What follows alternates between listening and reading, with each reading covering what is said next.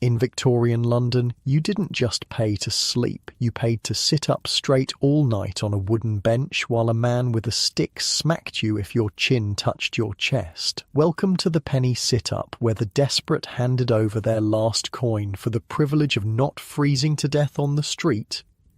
Hey, before we dive into this nightmare, if these stories help you fall asleep, hit subscribe so you don't miss any. Comment where you're listening from and what time. I'm always reading them thinking, wait, people in New Zealand listen to history stories to sleep. So get comfortable. Pull that blanket up. Adjust your pillow. You're going to need that comfort because we're heading to London, 1887, and there's nothing comfortable waiting for us there. Your eyes snap open to the smell of unwashed bodies and coal smoke. For a moment, your brain can't make sense of the dense, fetid fog filling your lungs. You're on a hard wooden bench in a cavernous hall packed shoulder to shoulder with other bodies. The Salvation Army's penny sit-up shelter on Blackfriars Road. You're instantly aware of the ache. Every muscle in your back screams from sitting upright all night. The bench has no back support, just a flat, splintered plank worn smooth by thousands of desperate bodies before yours. Your neck is stiff, your shoulders knotted. Unlike your pillow at home, there's no comfort here, just the constant battle against gravity trying to pull you into sleep. Oi no sleepin'. The sharp crack of a stick against the bench beside you jolts your body upright. The monitor, a gaunt man with a face like a disappointed vulture, glares as he passes. His job is simple: make sure no one who paid a penny gets the luxury of actual sleep. That costs extra. I paid my penny fare, mutters the man next to you, a skeletal figure with hands like gnarled roots. Ought to let a man close his eyes for a bleeding minute.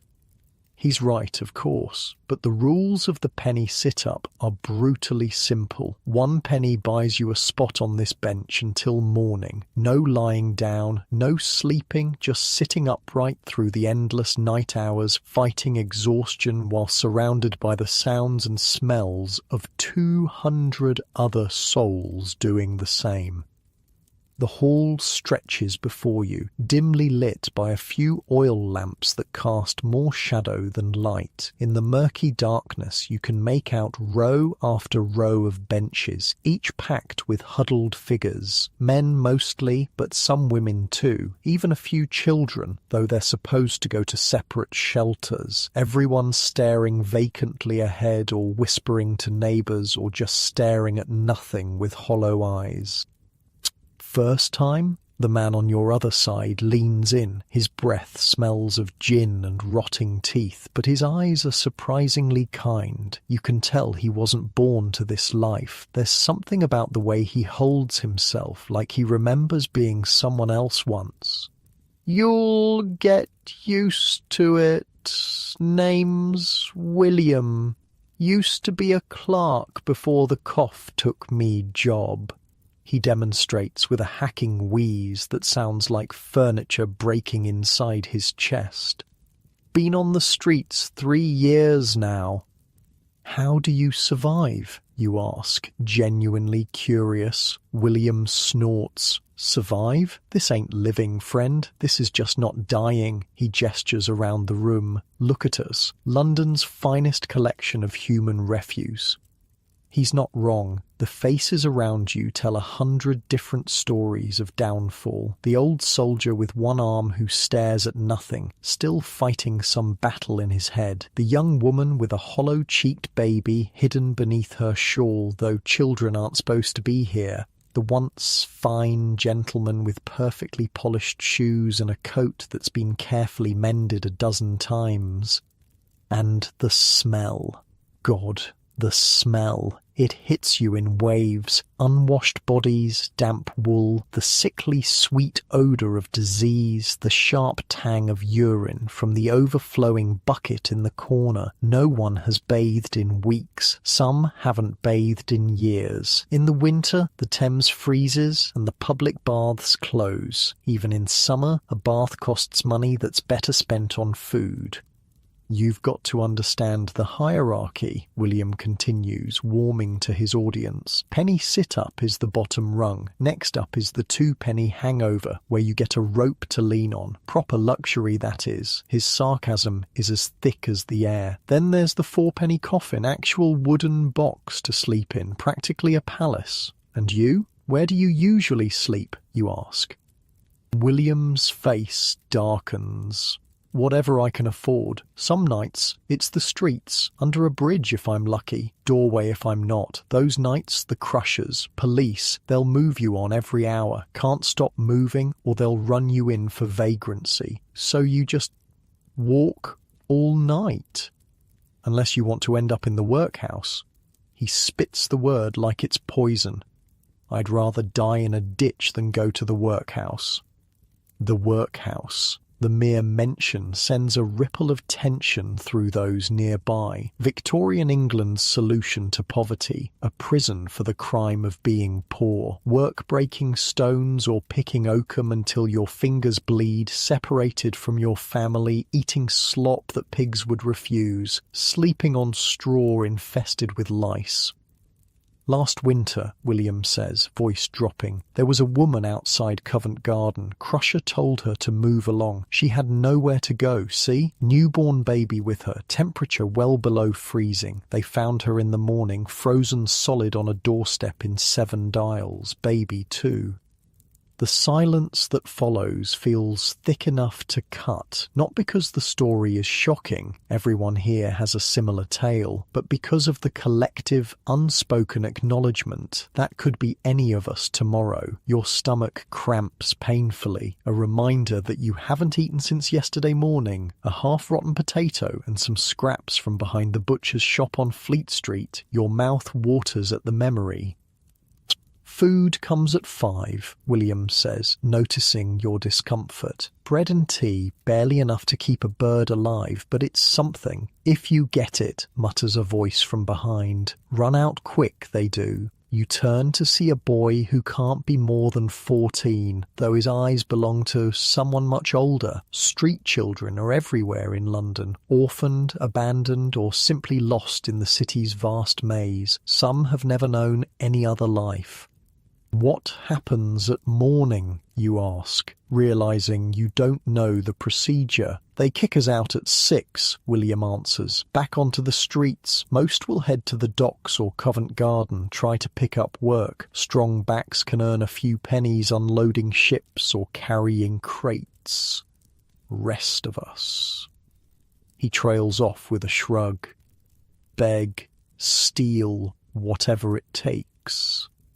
The monitor passes again, stick tapping rhythmically against his leg. His eyes scan the benches for anyone succumbing to sleep. Finding none, he moves on, but the message is clear. Rest is not allowed. What's his story, you ask, nodding toward the monitor once he's safely past.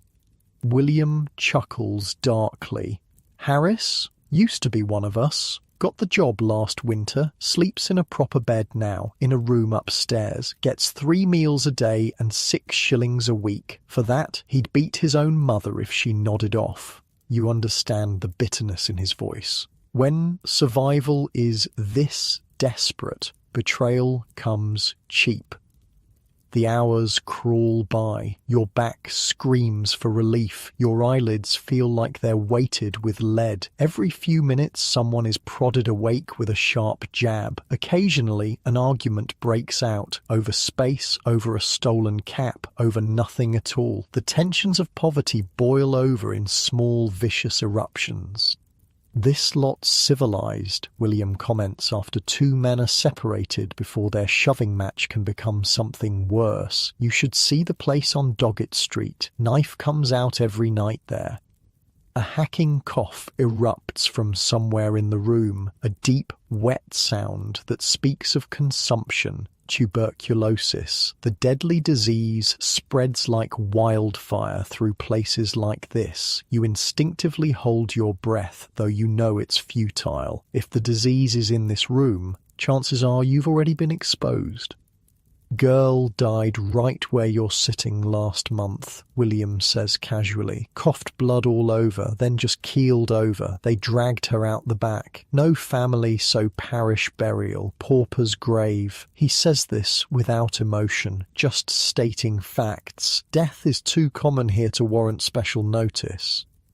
Around 2 in the morning, the door bangs open, letting in a blast of frigid air. 2 men stumble in, supporting a third whose face is a mask of blood. The injured man's eye is swollen shut, his lips split. Got jumped, one of the supporters explains to no one in particular. 3 toffs out larking, took his boots. Again, there's that collective lack of surprise. Violence is just another hazard of life on the streets, as common as hunger and cold. The wealthy youth of London sometimes make sport of attacking the homeless, easy targets who can't fight back or report the crime. Could have been worse, William says quietly. Last summer, some rich boys set a sleeper on fire under the arches at Charing Cross. Thought it was a grand joke. Your stomach knots at the casual cruelty. In your comfortable bed at home, such stories would seem like fiction, too horrible to be real. Here, they're just Tuesday. The injured man is settled on a bench. No medical attention is offered. He'll live or he won't. Why do they hate us so much, you chaksish? He's genuinely puzzled.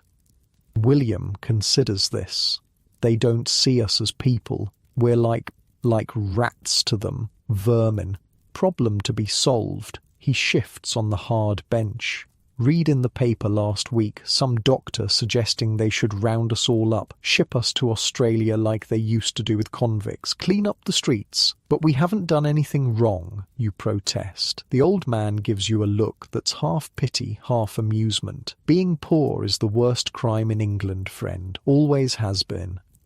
The night inches forward. A clock somewhere strikes 3. The hall has settled into a restless collective discomfort. Bodies shift on hard benches. Coughs and snores punctuate the gloom. The monitor has retreated to a chair by the door, half asleep himself now, but still occasionally rousing to make his rounds. You find yourself nodding off despite your best efforts. Your chin drops to your chest, and for a blessed moment sleep begins to take you. Then a sharp pain in your ribs. William has elbowed you awake. Harris is coming, he whispers urgently. Look alive. You jerk upright just as the monitor passes. He gives you a suspicious look but moves on. Thanks, you murmur. William nods. We look out for each other, or try to. It strikes you that despite the misery, there's a community here. The lowest rung of London society has its own rules, its own codes of conduct. Help when you can, share what little you have, watch each other's backs. The man with the bloody face is now snoring softly, his injuries already crusting over. Someone has given him a cap to replace the one he lost in the attack. A woman 2 benches over is quietly sharing something wrapped in newspaper, some kind of food, with the boy who spoke earlier. These small kindnesses seem almost miraculous in a place defined by deprivation. Most folks would be surprised, William says, following your gaze. Think we're all thieves and cutthroats down here. Some are, mind, but most just ordinary people who ran out of luck. What was your bad luck, you ask? William's face closes off for a moment. Then he sighs. Wife died in childbirth. Baby too. Started drinking. Lost my position. Lodgings went next. Once you're on the street, it's near impossible to get back up. He rubs his chest unconsciously. Consumption will take me soon enough. I can feel it in my lungs. He says this matter-of-factly, without self-pity. Just another reality of life at the bottom. A disturbance near the door draws your attention. A new arrival, a woman clearly drunk being turned away by the night porter. The penny sit-ups have strict rules about intoxication. The woman's slurred protests fade as she's pushed back out into the night. She'll freeze, you say, troubled. Maybe, William agrees. Maybe not. Gin keeps you warm for a while at least. Kills the hunger too. Another hour passes. The hall has grown colder as the night deepens. London winters are damp, the cold seeping into your bones in a way that seems impossible to escape. Your thin clothes do little to keep it at bay. Your feet in worn boots with holes in the soles, lost feeling hours ago.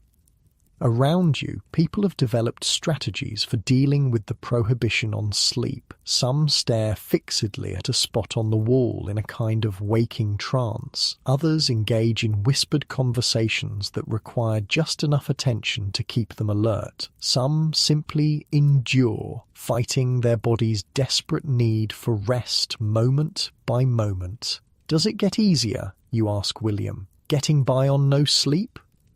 He shakes his head. Never gets easier. Just get used to it. Body learns to take sleep in little bits. 5 minutes here, 10 there. Not proper rest, but it keeps you going. A child cries somewhere in the hall, quickly hushed by its mother. Children aren't supposed to be here. There are separate facilities for women with children, but the family shelters fill up fast and nobody wants to turn away a child on a freezing night. The monitors pretend not to notice as long as the children are quiet. Worst part isn't the not sleeping, William continues. It's what it does to your mind after a while. Start seeing things that ain't there, hearing voices. Hallucinations, you supply. Fancy word for going mad, he says with a grim smile. Seen it happen plenty. Man starts talking to people who aren't there. Next thing, he's in Bedlam. Bedlam, the Bethlem Royal Hospital, London's infamous asylum. Another fate worse than death.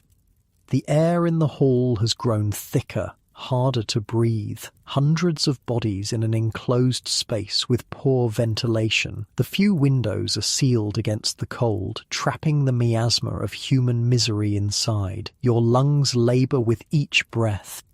Unlike your warm bed at home, with clean sheets and fluffy pillows, there's no escape from the physical reality of poverty here. It's in every painful breath, every aching muscle, every rumble of your empty stomach. It's in the constant proximity of others. No privacy, no personal space, just the collective struggle to survive one more night.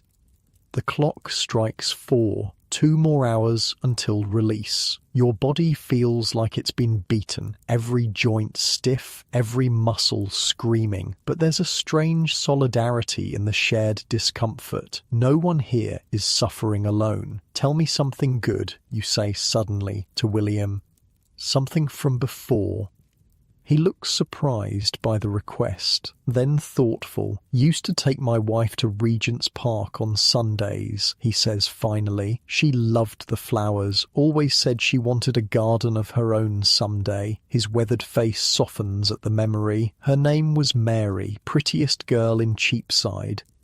For a moment, you can almost see it. William, as a younger man, walking arm in arm with his wife through a sunlit park, their future still bright with possibility, before consumption and childbirth and poverty rewrote their story. What about you? He asks. What did you lose?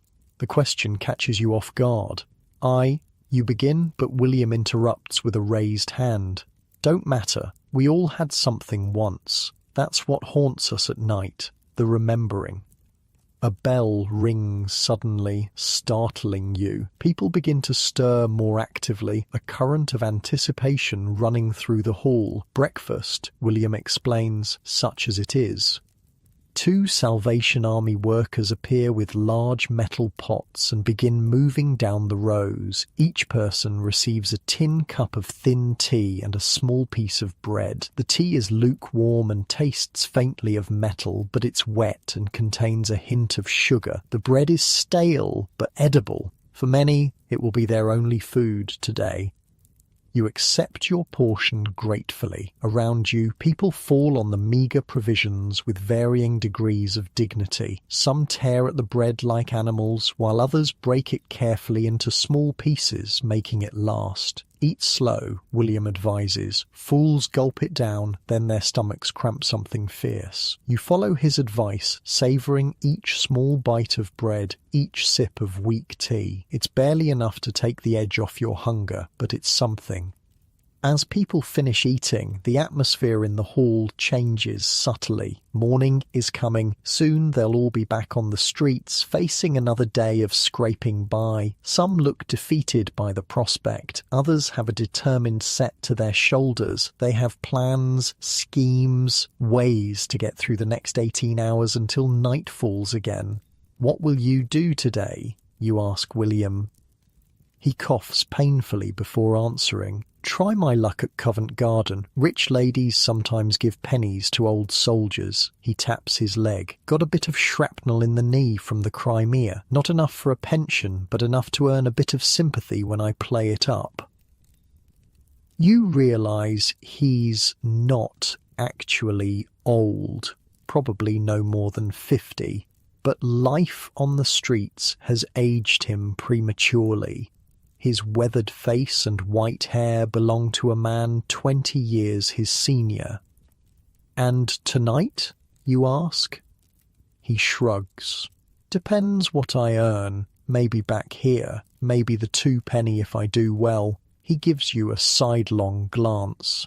"Word of advice? If you can scrape together 4pence, get yourself a coffin for the night. Actually sleep lying down. Make all the difference in the world." Before you can respond, the bell rings again, longer this time. The monitors begin moving through the hall, rousing anyone who's managed to doze off despite the rules. "Time to go," William says, standing with a grimace of pain. London awaits. All around, people are gathering their meagre possessions. A spare shirt wrapped in newspaper, a dented tin cup, a carefully folded blanket too thin to provide real warmth. The few valuables they have are kept close to their bodies in hidden pockets or pouches hung around their necks. Theft is common, both in the shelters and on the streets. You stand too, your muscles protesting the movement after hours of enforced stillness. Blood rushes painfully back into your numbed extremities. For a moment, the world spins. "Easy," William says, steadying you with a surprisingly strong hand. "Gets everyone like that." The doors of the shelter are thrown open, letting in the grey light of dawn and a blast of cold air that cuts through your inadequate clothing like a knife. Outside, London is waking up. Cartwheels rumble on cobblestones. A distant factory whistle blows. The smell of coal smoke hangs heavy in the air. People begin filing out, a procession of the destitute returning to the streets that are both their home and their prison. Some move with purpose, heading for jobs or begging spots or the docks where day labour might be found. Others shuffle aimlessly, with nowhere particular to go, and nothing particular to do but survive another day. William pauses at the door. "Good luck to you," he says, offering his hand. You shake it, feeling the rough calluses of a life spent working, now overlaid with the grime of poverty. "Same to you," you reply. "Maybe I'll see you tonight." He smiles, revealing gaps where teeth should be. "Hope not. Hope you find better." Then he's gone, swallowed by the stream of humanity pouring out into the London morning. You follow, stepping onto the street. The cold hits you anew, seeping through the thin soles of your boots. Your stomach already cramps with returning hunger. The day stretches ahead, long and uncertain, but you're alive. You survived the night. In Victorian London, for the homeless, that's sometimes victory enough. As you stand there, trying to decide which way to go, a passing gentleman in a fine wool coat averts his eyes from your obvious poverty. To him, you're invisible, or worse, a problem, a blemish on his prosperous city. He doesn't see the person you were before, or the person you might still become. He sees only what you are now, one of London's countless homeless, fighting for survival 1 penny at a time. Unlike you in your warm bed right now, listening to this story, the Victorian homeless had no respite, no comfort, no security. Their struggle didn't end with the dawn. It merely changed form, from the battle against sleep to the battle against hunger, cold, disease, and the crushing indifference of a society that saw poverty as a moral failing rather than a social ill. You take a deep breath of the sooty London air and step forward into the day, already thinking about how to earn enough for tonight's shelter, perhaps the 2-penny hangover, where at least you can lean on a rope, or, if fortune smiles, the 4-penny coffin with the luxury of lying flat. 1 step at a time. 1 penny at a time. 1 night at a time. That's how survival works when you're sleeping rough in Victorian London. You stumble away from the penny sit-up with William's advice ringing in your ears. The streets of London are already teeming with life despite the early hour. Carts rumble by laden with goods, street vendors call out their wares, and factory workers trudge to their 14-hour shifts. And everywhere, the invisible army of the homeless weaves through it all.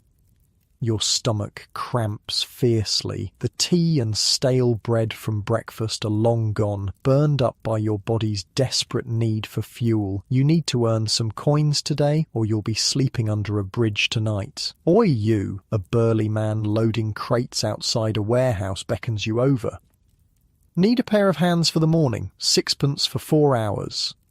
6pence. That's enough for food and a better shelter tonight. You nod eagerly, and soon you're hefting wooden crates that smell of tea and spices. Each one weighs more than seems possible, and by the second hour your arms are trembling. But you keep going. 6pence means a 2-penny hangover tonight instead of the sit-up. It means actually being able to lean on something and maybe, just maybe, get some real sleep.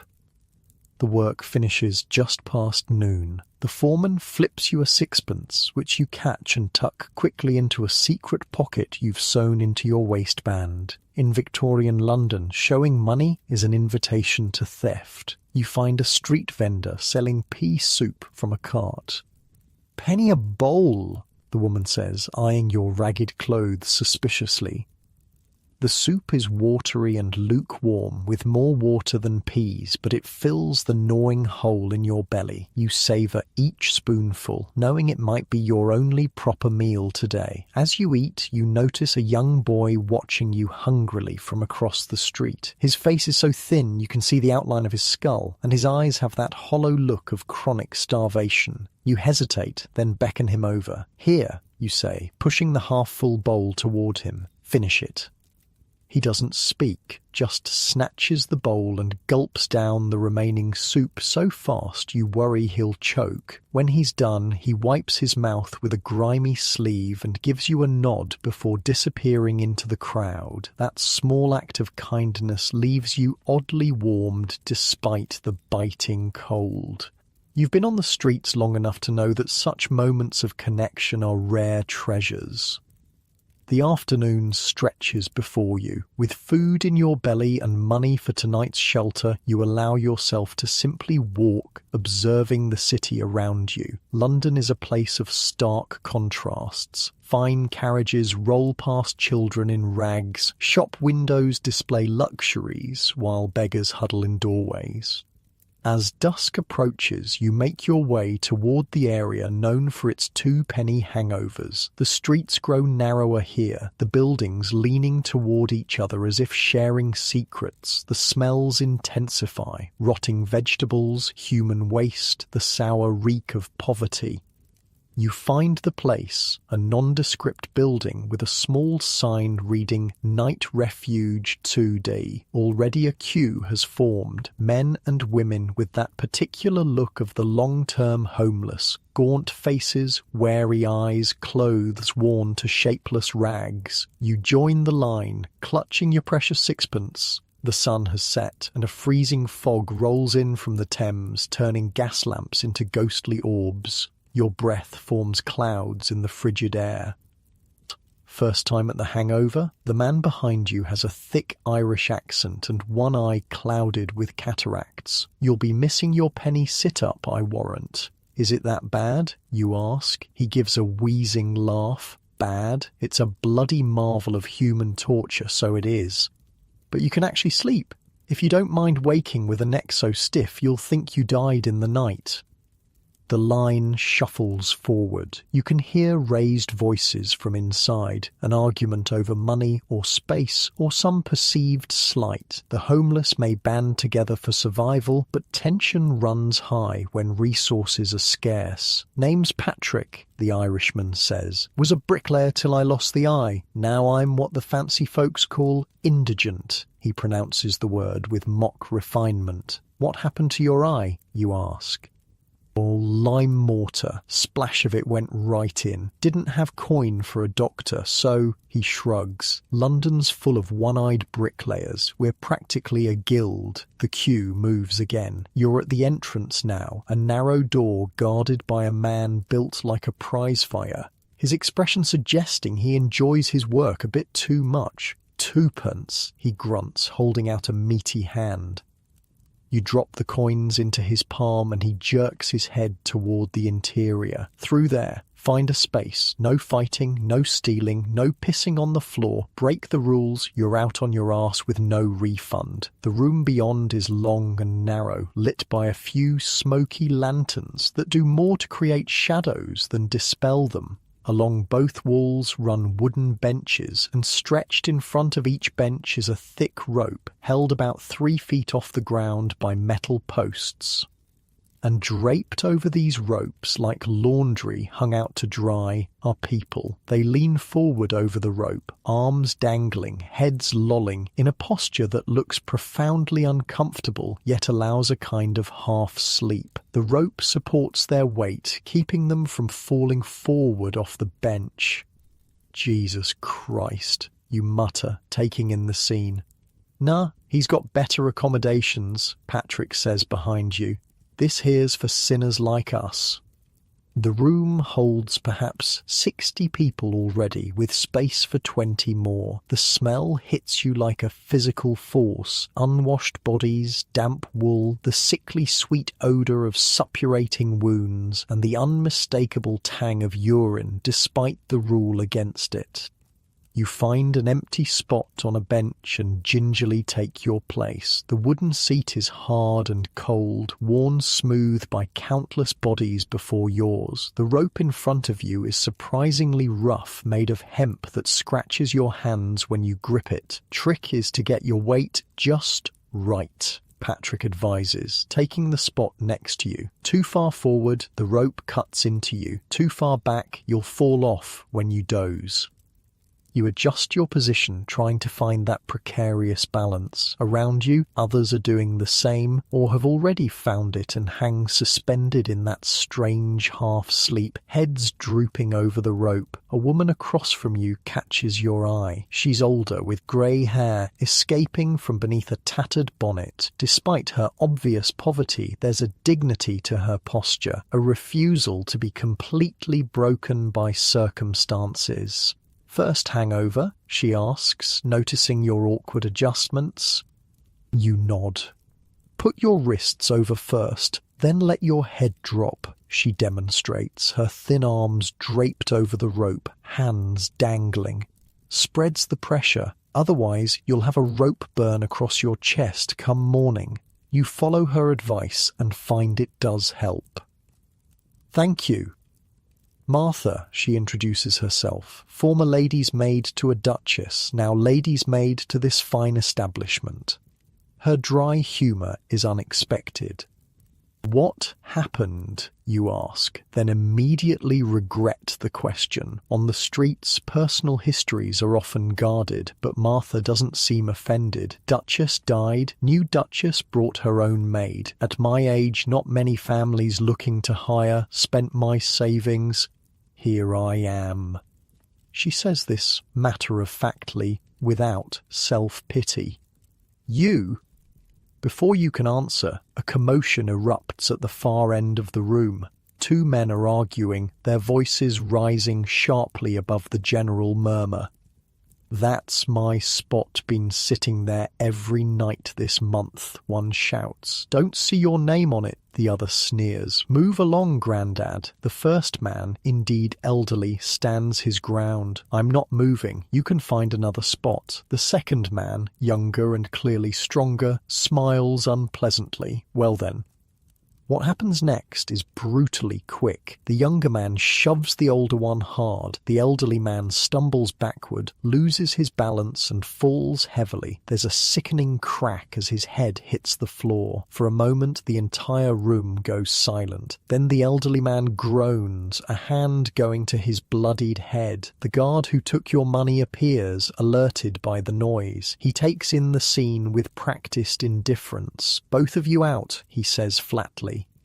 "But he pushed me," the elderly man protests weakly from the floor. "Don't care. No fighting. Rules are rules." The younger man smirks, but his triumph is short-lived. "You too," the guard says to him. "Out." "I paid my tuppence," the young man protests. The guard steps closer, using his considerable bulk as a threat. "Want to make it harder than it needs to be?" The young man glares but backs down. He stalks toward the door, kicking over a small bundle that presumably belongs to the elderly man. Two other residents help the elderly man to his feet. Blood trickles from a cut on his scalp, but head wounds always bleed dramatically. He'll likely be fine, physically at least, but he's lost his shelter for the night, and at his age, a night on the streets in winter could be a death sentence. As they help him to the door, the elderly man looks around the room, his eyes finding yours for a brief moment. The naked despair in them strikes you like a physical blow. This is what it means to be homeless in Victorian London. Complete vulnerability, with no recourse, no protection, no justice. The incident casts a pall over the room. People avoid eye contact, hunching more deeply over their ropes as if trying to disappear. Violence is a constant companion to poverty, but no one ever gets used to it. "Happens every night," Martha says quietly. "Different people, same story. When you've got nothing left but your dignity, some folks get mighty protective of it."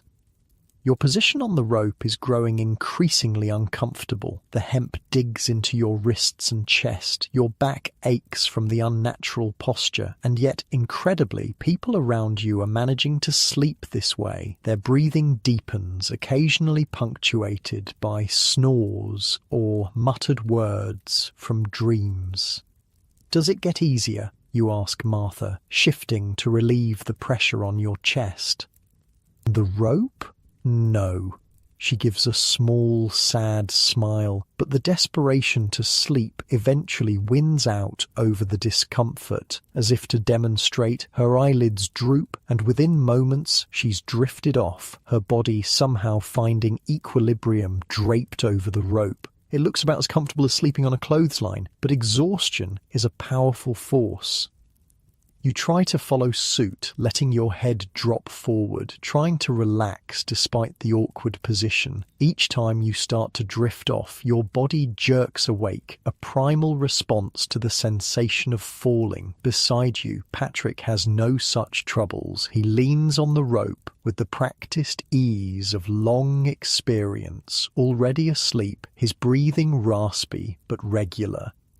The hours crawl by. The lanterns burn lower, casting the room in deepening shadow. Outside, you can hear the occasional clip-clop of hooves or shout from a late-night reveller, but London's daytime roar has subsided to a murmur. Your discomfort intensifies as the night wears on.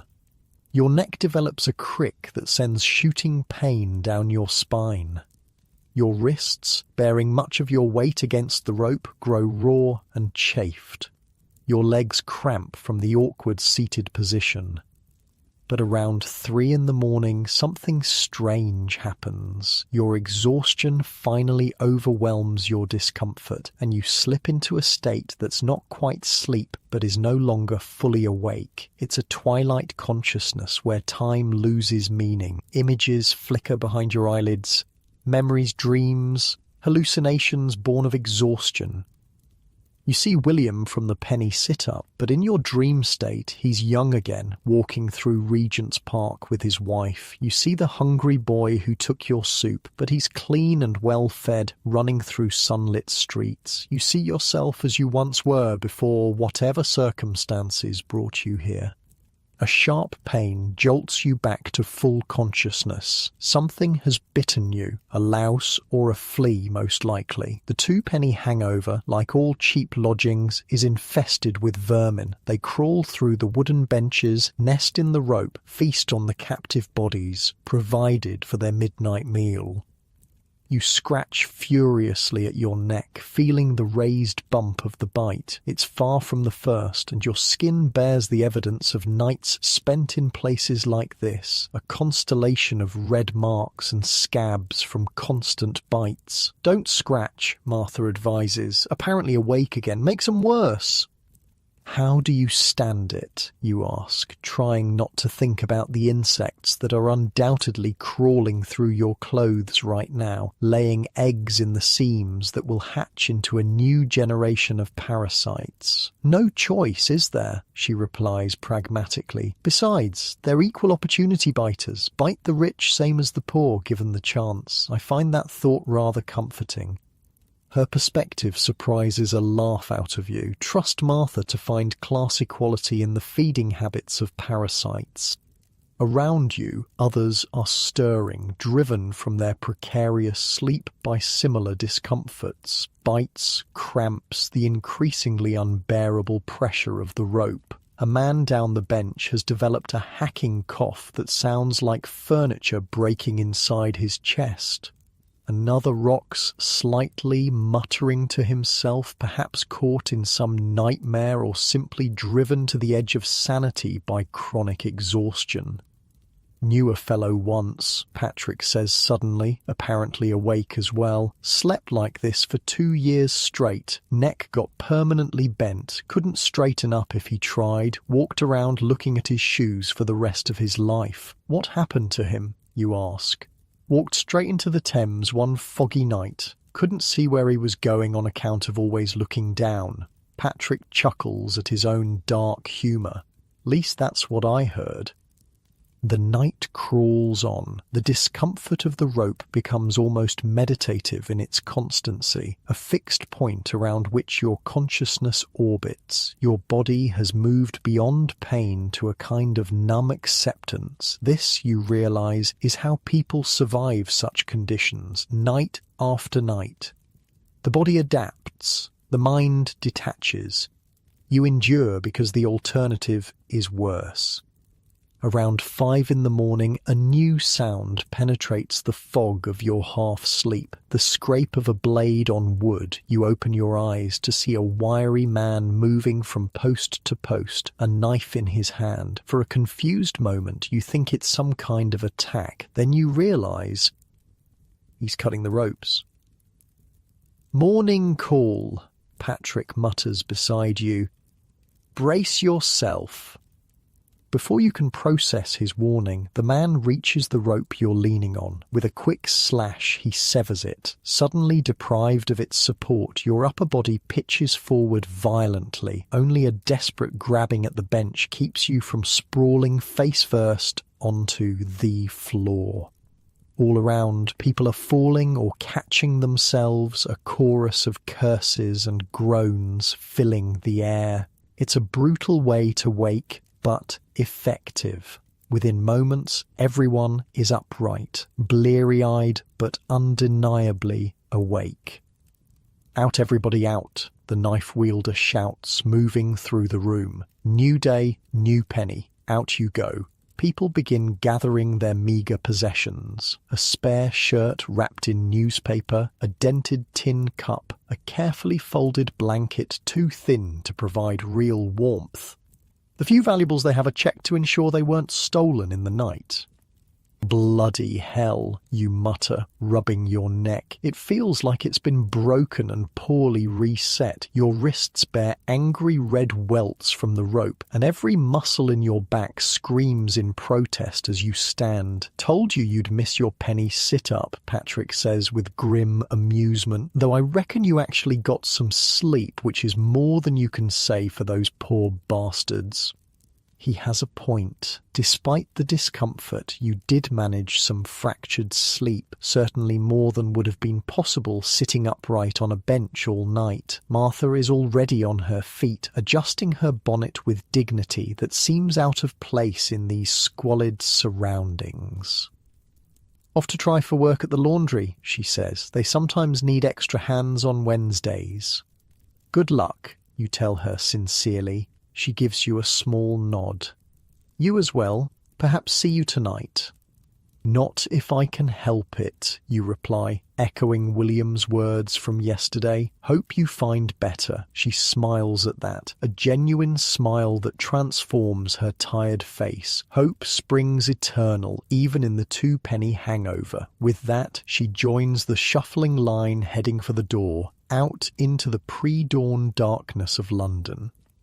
You follow, your body a catalogue of new pains, your neck can barely turn, your back feels permanently bent, your wrists are raw, and yet you're better off than many. You slept after a fashion, you have a few pennies left for food, you're alive to face another day.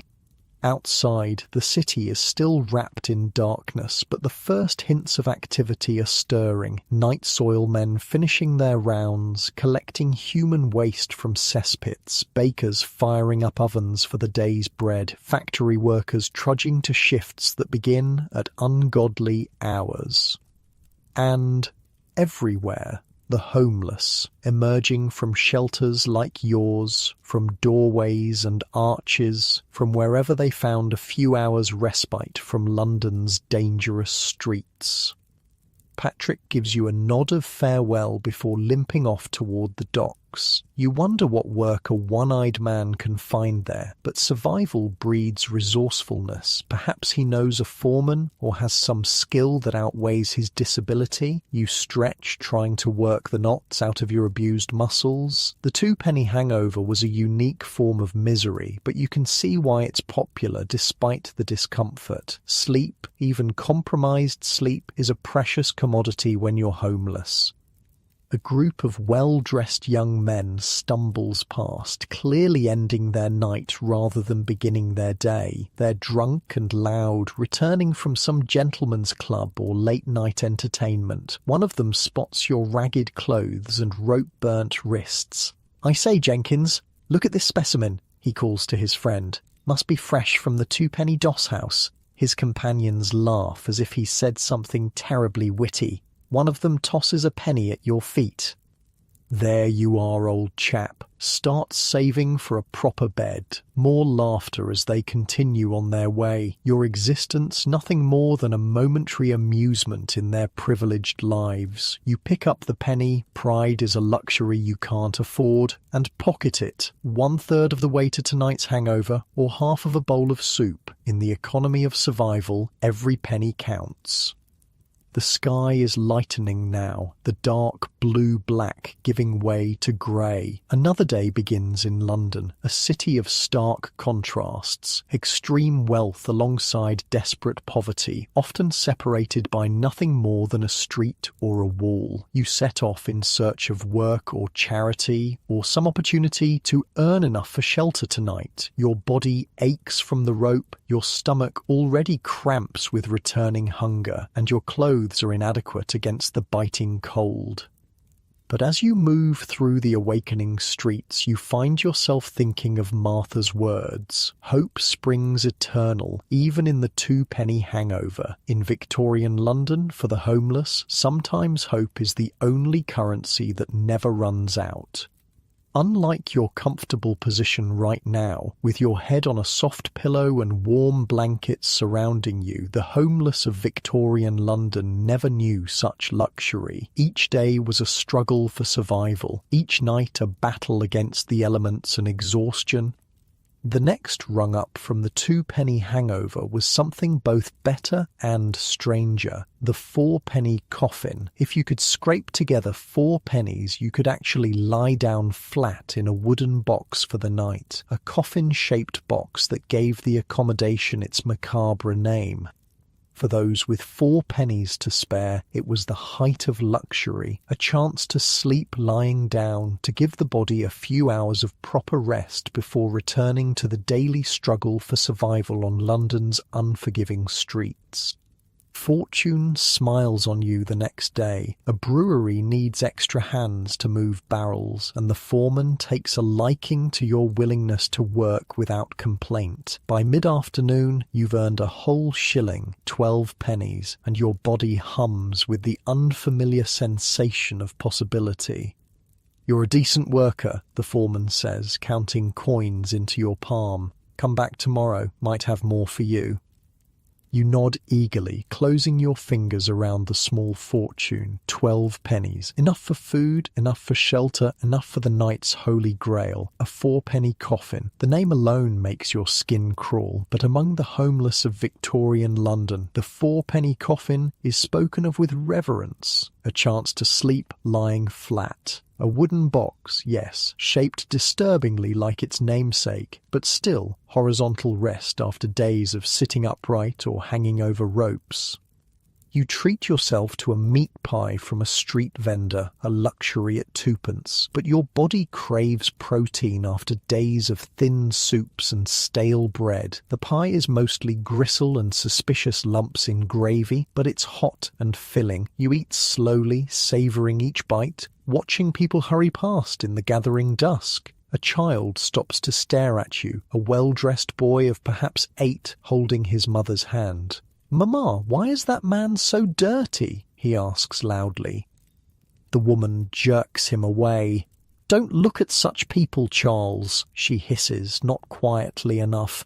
"They're not like us."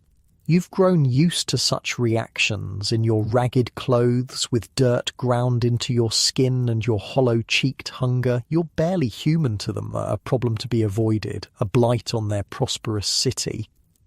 But today, with coins in your pocket and a full belly, their disdain rolls off you like water. Tonight you'll sleep in a 4-penny coffin, the closest thing to a bed you've known in months. As darkness falls, you make your way to the Salvation Army shelter on Whitechapel Road.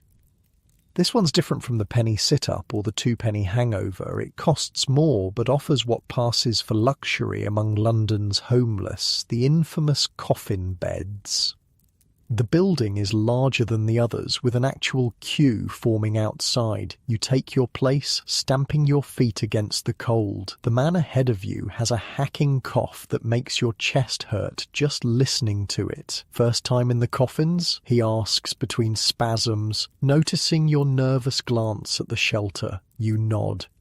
"Oh, lucky bastard," he says without rancour. "Been trying to save up for weeks, always end up spending it on food instead." He pats his concave stomach ruefully. "Someday." The queue shuffles forward. At the door, a stern-faced woman in a Salvation Army bonnet takes your 4 pennies, scrutinising them as if suspecting counterfeits, before nodding you through. Straight ahead, second door. No smoking, no drinking, no fighting, out by 6 sharp. The corridor beyond is narrow and dim, lit by gas lamps turned low to save fuel. The floor creaks beneath your feet, wooden boards worn smooth by countless footsteps. The second door stands open, revealing the sleeping hall beyond. You stop dead in the doorway, taking in the sight. The room is vast, stretching away into shadows, and filling it, row after row, are the coffins, wooden boxes, each about 6 feet long and 2 feet wide, arranged in tight formation across the floor. In the dim light, with people already lying in many of them, the resemblance to a morgue is unnervingly strong. "Keep moving," grunts a voice behind you. "Some of us want to get to bed." You step inside, moving cautiously between the rows. Each box is identical. Raw wood, unvarnished, with a thin layer of straw at the bottom, no pillow, no blanket, though some occupants have their own ragged coverings clutched around them. Near the centre, you spot an empty coffin and make your way toward it. The wooden sides rise about 8 inches above the floor, just enough to create the unsettling coffin-like appearance, but low enough to step over easily. You hesitate for a moment, then climb in. The sensation is indescribable. After nights spent sitting upright or hanging over a rope, the simple act of lying flat feels like an impossible luxury. Your spine straightens, your neck relaxes, your legs extend fully for the first time in days. Despite the hard wood beneath you and the musty straw that tickles your neck, it feels better than any feather bed. Heaven, ain't it? You turn your head to find William, the old man from the penny sit-up, lying in the coffin beside yours. His weathered face splits in a gap-toothed grin at your surprise. "William, what are you doing here?" "Got lucky," he says. "Woman gave me 6pence for helping with her marketing. Straight here I came." He shifts slightly, wincing, though these old bones find even the coffins a bit hard these days. "Still better than the hangover," you reply, thinking of the rope-burned welts on your wrists. "God's truth," he agrees fervently. "Did the hangover last night then?" You nod, settling into your coffin. The straw crackles beneath you, releasing a musty smell that mingles with the ever-present odours of unwashed bodies and damp wool that permeate all homeless shelters. "How'd you find it?" William asks. "Brutal," you admit. "Got some sleep, but woke up feeling like my neck was broken." He chuckles. "Try doing it with consumption. Spent half the night coughing myself awake, other half trying not to fall on my face when the coughs hit." Around you, the room fills as more people are admitted. Soon, nearly every coffin is occupied. Men mostly, but some women too, and even a few children who should be in separate facilities but have nowhere else to go. The coffins are placed so close together that you could reach out and touch the people on either side of you. There's no privacy, no personal space, just a sea of humanity packed together like goods in a warehouse. "Bit crowded," you observe. William snorts. "Been in workhouses where they packed us tighter, 6 to a bed there, and not everyone alive by morning." The casual reference to death sends a chill through you. William speaks of it with the fatalism of someone who's seen too much of it to be shocked anymore. A bell rings, and the stern woman from the entrance appears at the far end of the room. "Lights out in 5 minutes, she announces. "Anyone found smoking after lights out will be expelled. Anyone found with alcohol will be expelled. Anyone fighting will be expelled and reported to the police." Her gaze sweeps the room, lingering on known troublemakers before she withdraws. Immediately, there's a flurry of activity as people take their last opportunity to move around, visiting the crude toilet facilities in the corner, arranging their few possessions, settling debts or grievances before darkness falls. "She means it too," William says. "Saw her throw out a man with no legs last winter. Crawled out on his hands, he did, right into a snowstorm." "For smoking?" "For existing too loudly, more like. These places got their rules. Break 'em, you're out no matter how desperate you are." The gas lamps dim to almost nothing, leaving the room in near darkness. The only light comes from a single lamp near the door, where a night watchman sits on a stool, arms folded, keeping an eye on the room.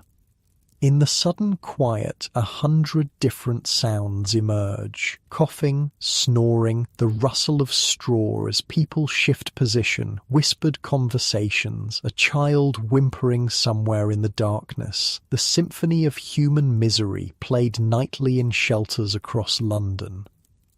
But there's something else too. An undercurrent that surprises you. Laughter. Soft chuckles, muffled giggles, the sounds of jokes shared and stories told. Even here, in these grim surroundings, humanity finds ways to express joy.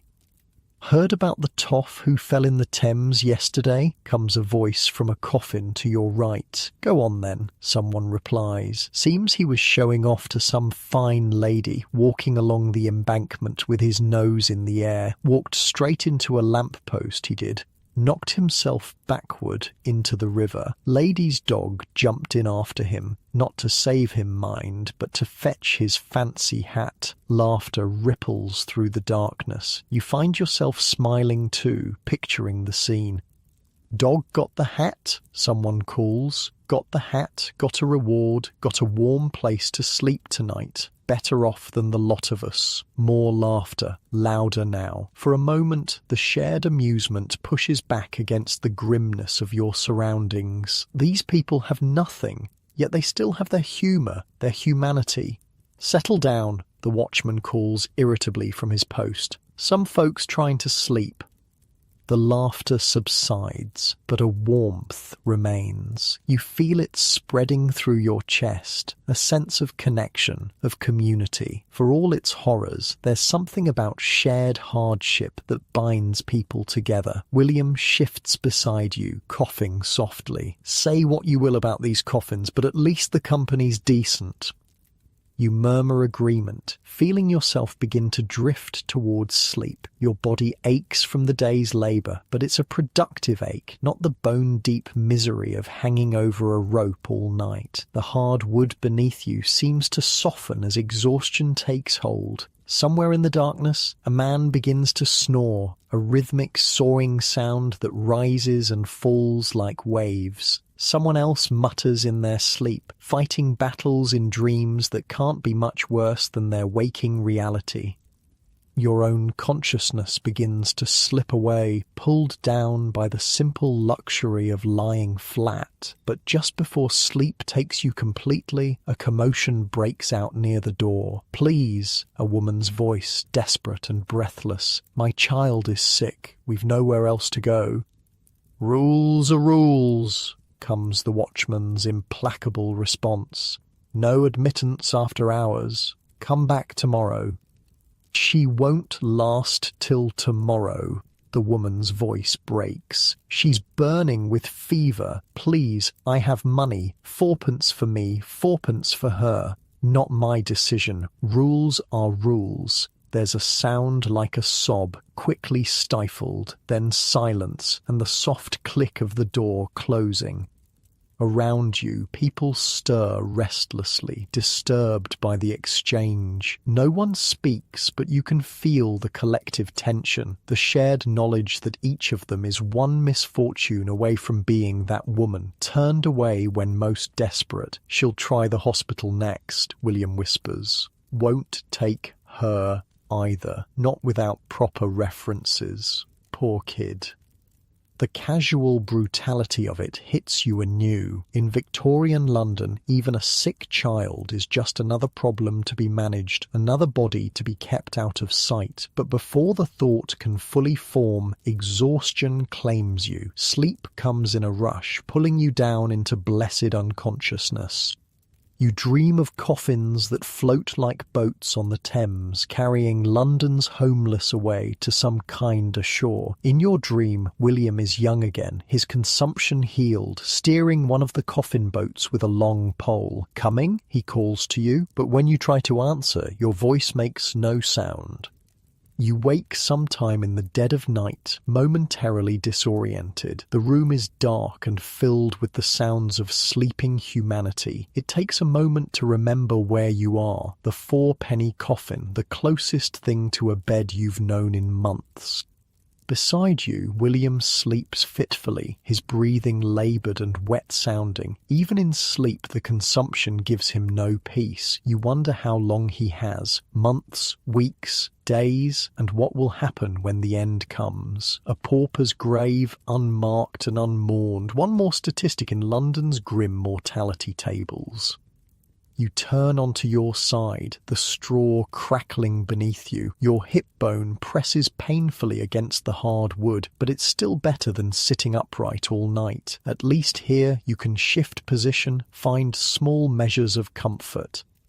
The coffin is too short for you to stretch out fully. Your feet press against the end, forcing your knees to bend slightly. Your average height for a man of your time, about 5'7", but even so, the dimensions are constraining. Taller men must sleep curled like children or with their feet hanging over the end. A sharp pain in your ribs makes you slap reflexively at your side. Your fingers come away wet, blood, bedbug. The straw in these coffins harbours all manner of vermin, lice, fleas, bedbugs, and worse. You've been bitten before, will be bitten again. It's part of the price of shelter. Gets under your skin, don't it? Comes a whisper from the coffin on your other side. Not William this time, but a younger man with a Cockney accent thick as treacle. The bugs, I mean. Get in your clothes, in your hair. Never really get rid of them, even when you get back on your feet. You sound like you know, you whisper back. A soft chuckle. Been up and down more times than a sailor's wife. Name's Jack. Used to be a printer before the machines came in. Now I do whatever comes to hand. And you've gotten out of places like this 3 times now. Find work, get lodgings, save a bit. Then something happens. Sickness, accident, bad luck, back to the bottom of the heap.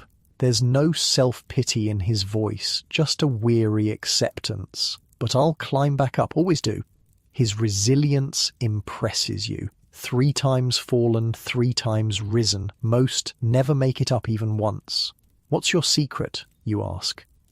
In the darkness, you sense rather than see his shrug. No secret, just keep moving, like one of them sharks. Stop swimming, you die. It's as good a philosophy as any for surviving in the brutal world of Victorian poverty. Keep moving, keep trying, stop, and the city will swallow you whole. A coughing fit seizes William, violent enough to shake his entire coffin. He sits up, hacking and wheezing, each breath a battle. You all right, mate? Jack asks with genuine concern.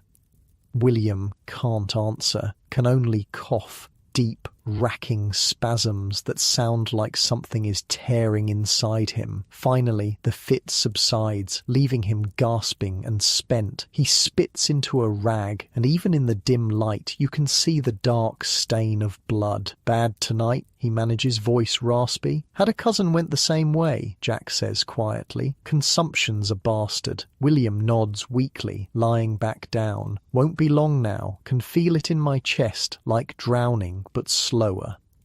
The matter-of-fact way he speaks of his approaching death disturbs you, not because it's callous, there's no room for sentimentality when you're sleeping in a coffin, but because of what it represents. In this world, a man can die by inches in plain sight and society simply looks away.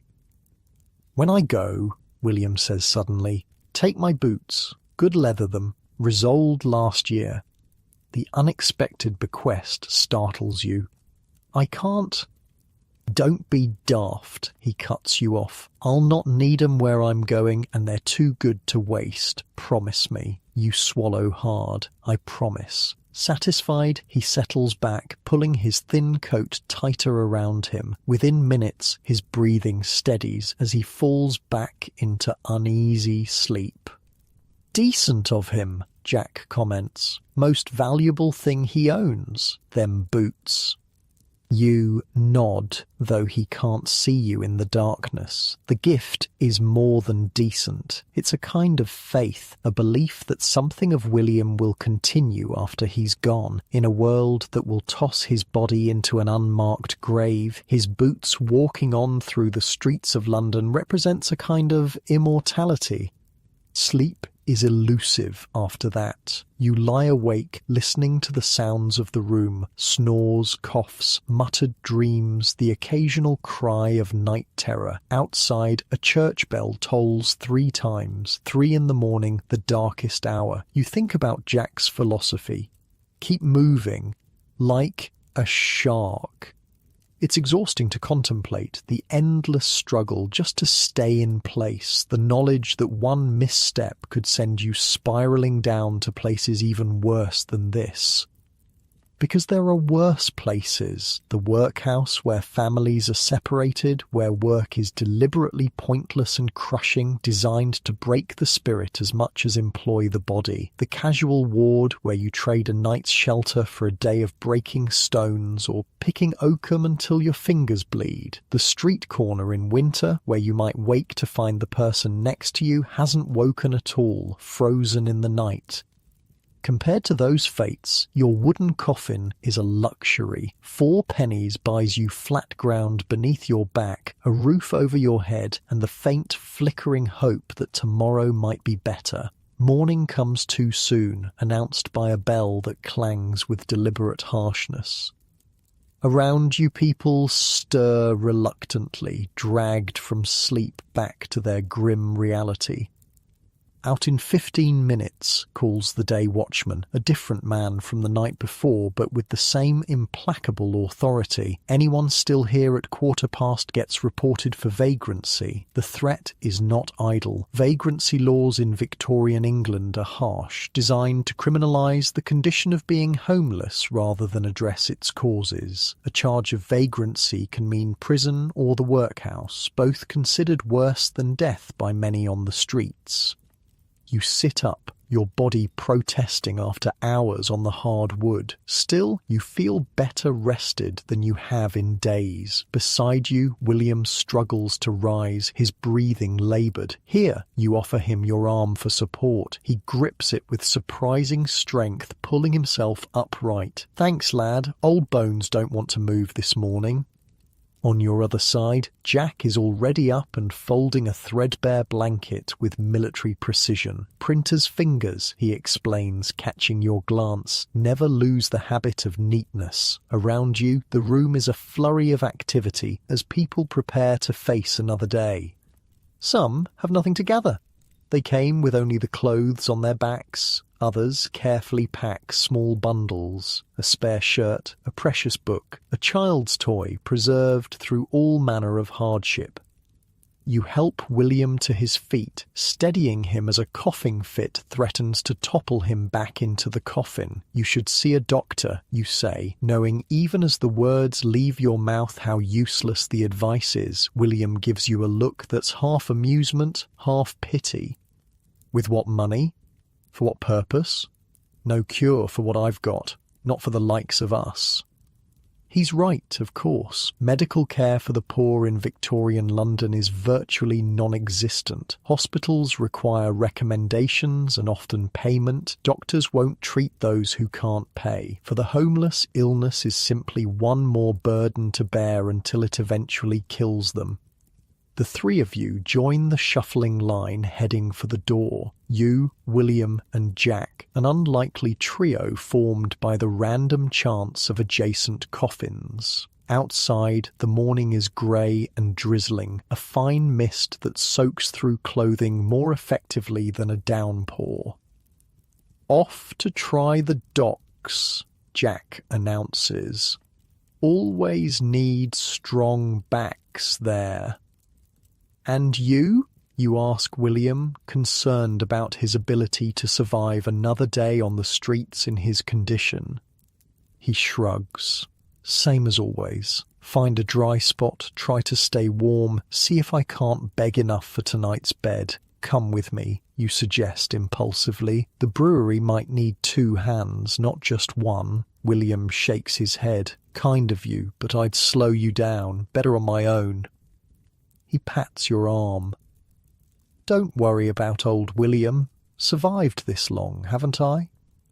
There's nothing you can say to that. In this world, each person's survival is ultimately their own responsibility. Charity extends only so far when everyone is one step from disaster. Good luck then, you tell him. Maybe see you tonight. Maybe, he agrees, though something in his eyes suggests he doesn't believe it. Keep moving, Shark Boy. This with a nod to Jack, who grins at the nickname. Then he's gone, shuffling away into the drizzle, a solitary figure bent against the weather and the weight of his illness. He won't last the month, Jack says quietly beside you. Seen it too many times. Nothing to be done? Jack shrugs. Not in this world. Maybe the next will be kinder to him. He adjusts his cap. Right then, I'm for the docks. You? Brewery, if they'll have me again. Good luck to you. He offers his hand, and you shake it. Maybe see you in the coffins tonight. Hope not, you reply with the traditional response. Hope you find better. He laughs, always hoping, us lot. It's what keeps us moving. Then he too is gone, striding purposefully toward the Thames, where ships from around the world unload cargo that needs strong arms to move it. You stand alone in the drizzle, considering your options. The brewery isn't far, and if they take you on again, that's another shilling, another night in the coffins, another day's food. If not, you'll need to find work elsewhere, or beg, or go hungry.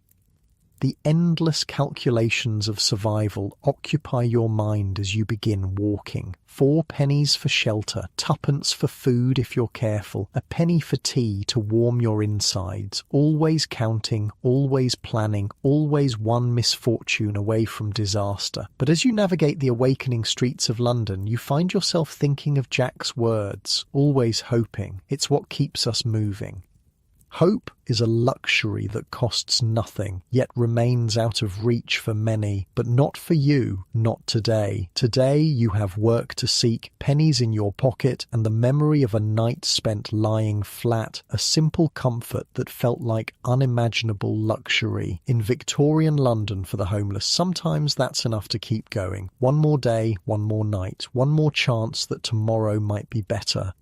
Unlike your warm bed now, with its soft mattress and clean sheets, the 4-penny coffin was a stark reminder of the fragility of human dignity. Yet even there, in wooden boxes packed side by side on a cold floor, people found ways to share stories, to laugh, to form connections in the darkness.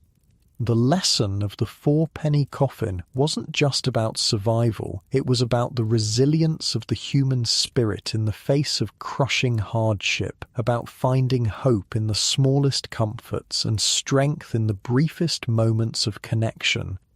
But for those who couldn't even afford 4pence for a coffin, life was harder still. They were the lowest of London's poor, the crawlers who could barely muster the energy to move from place to place, subsisting on scraps and charity, sleeping wherever they could find shelter from the elements and the law. The brewery has no work for you today. The foreman shakes his head regretfully. Tomorrow maybe, big shipment coming in.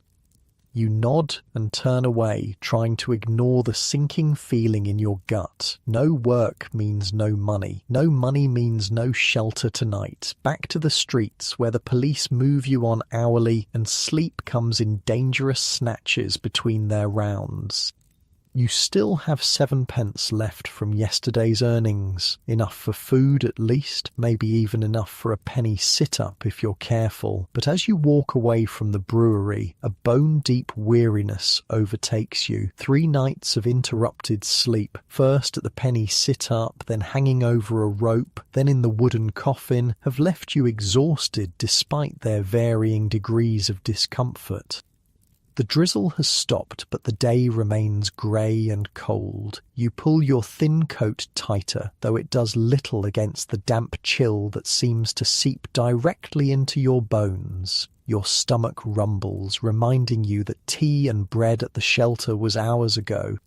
You spend a penny on a cup of tea from a street vendor, the hot liquid warming your hands as much as your insides. Then you wander, looking for opportunity. Odd jobs, errands, anything to earn a few coins.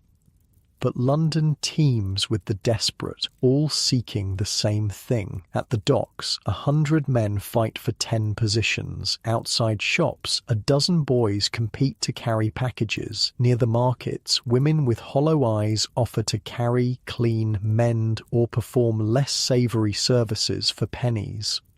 By afternoon, your legs ache from walking and your hopes have dwindled. You find yourself in a part of the East End you don't recognise, narrow streets crowded with tenements that lean toward each other as if sharing dire secrets. The smell here is worse than usual, not just the usual London miasma of coal smoke and sewage, but something deeper, a rot that seems to emanate from the buildings themselves. Turning a corner, you come upon a sight that stops you cold. She sits with her back against a wall, so still you might think her dead, if not for the occasional slow blink. A woman of indeterminate age. She could be 40 or 70, impossible to tell beneath the grime and exhaustion etched into her face. Her clothes a little more than rags sewn together, layers upon filthy layers. Beside her sits a small bundle wrapped in a shawl that you realise with a shock is a baby. But it's her eyes that truly disturb you, vacant, distant, as if looking at something far beyond the squalid street. This is what the lowest of London's poor call a crawler, someone who has fallen so far that they can barely muster the energy to move from one spot to another. You approach cautiously. "Are you all right, ma'am?" Her eyes slowly focus on you, though her expression remains blank. "Watching the baby," she says in a voice like rustling paper. "Mother's working, penny for the day." You look more closely at the infant. It's unnaturally quiet, bundled so tightly only its face is visible. A tiny, pinched face with the same hollow look as the woman's. "Is the baby sick?" you ask, concerned by its stillness.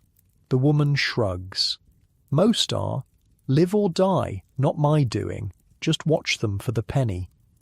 The casualness with which she discusses a child's potential death chills you, but you understand, in this world, attachment to anything, even a child, is a luxury the poorest cannot afford. To care is to invite heartbreak. "When did you last eat?" you ask, noticing the boniness of her wrists where they extend from her ragged sleeves. Again that indifferent shrug. "Yesterday? Day before? All the same." You reach into your pocket, fingers closing around your precious coins. 7pence. Your buffer against the night, your hope for shelter. But looking at the crawler and the silent baby, your own problems suddenly seem less immediate. You pull out 2pence and hold it out to her. "Here, get something hot inside you." She doesn't move to take it, just stares at the coins as if they're foreign objects she doesn't recognise. "Can't leave the baby," she says finally.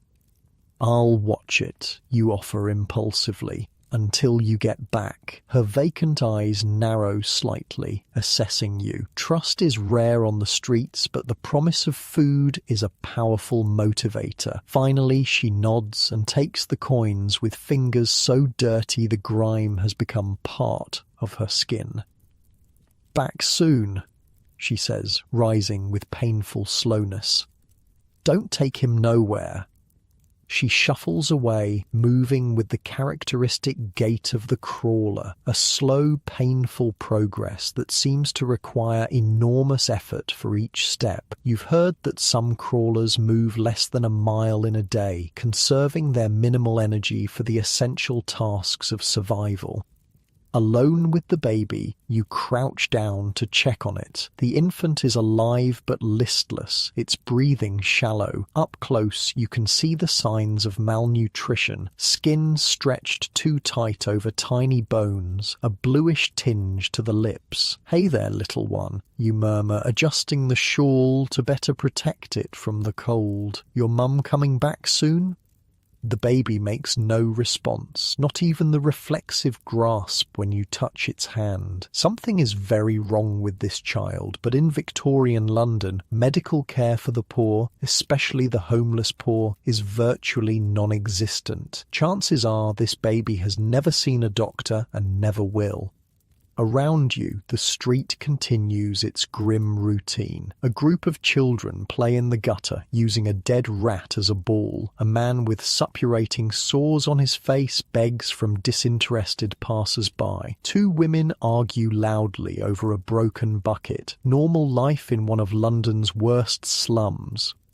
You settle with your back against the wall, the baby beside you. The crawler's spot offers a good view of the street while providing some protection from the wind. You understand why she chose it. One of the thousands of calculations the homeless make daily just to survive. Across the street you notice another crawler, an old man huddled in a doorway, so still he might be part of the architecture. These are the people who have given up on bettering their situation, who focus solely on existing from 1 hour to the next, not living, just not dying. Unlike William with his consumption, or Jack with his determination to rise again, the crawlers have surrendered to their circumstances. They represent the last stage before death for many of London's homeless, a slow fading away, unremarked and unmourned. See them crawlers? A voice startles you from your thoughts. A boy of perhaps 12 stands nearby, thin as a rail with sharp eyes that miss nothing. They don't last long once they stop moving, like sharks they are. Stop swimming, they die. Jack's words from the night before echo in your mind. Keep moving, like a shark. You from around here? You ask the boy. He nods. Born and bred in the East End, me. Know every brick and rat by name. He eyes the baby suspiciously. That yours? Or no, just watching it for someone. He snorts. Crawler's got you doing her job while she drinks your pennies, won't see her again till the gin's gone. The cynicism from one so young doesn't surprise you. Street children grow up fast or don't grow up at all. What's your name, you ask? Ned, he says, then gestures at the baby. That one won't last the week. Way it looks. Blue around the mouth already. His casual assessment of the infant's impending death shocks you, though you'd noticed the same symptoms yourself. Isn't there somewhere it could get help? A hospital or charity? Ned laughs, but there's no humour in it. Hospitals want references and money. Charities want deserving cases, clean, sober women with hard-working husbands fallen on temporary bad luck, not crawlers with gin habits and babies that don't even have names. It's a harsh assessment but likely accurate. Victorian charity is heavily moralised. Help is given to the deserving poor who match middle-class notions of propriety and industriousness. The truly desperate rarely qualify. So no one helps them? You persist. Ned shrugs. Some try. Church, missions, Salvation Army. But there's too many, aren't there? Can't save everyone. System's not built for it. With that bit of street philosophy, he saunters away, already scanning for opportunities. A dropped coin, an unwatched pocket, an errand he might run for a penny. You sit with the baby, waiting for the crawler to return. Minutes stretch to an hour. The infant stirs occasionally, but makes no sound, too weak even to cry properly. Just as you're beginning to think Ned was right about the woman not returning, she appears at the end of the street, moving with that same painful slowness. But her progress is steady, and when she reaches you, you see she's carrying a small bundle. Got bread, she says, settling back into her spot with excruciating care. And tea. She unwraps a crust of bread and a small bottle of tea, both purchased with your tuppence. The baby needs milk, you say gently, and a doctor.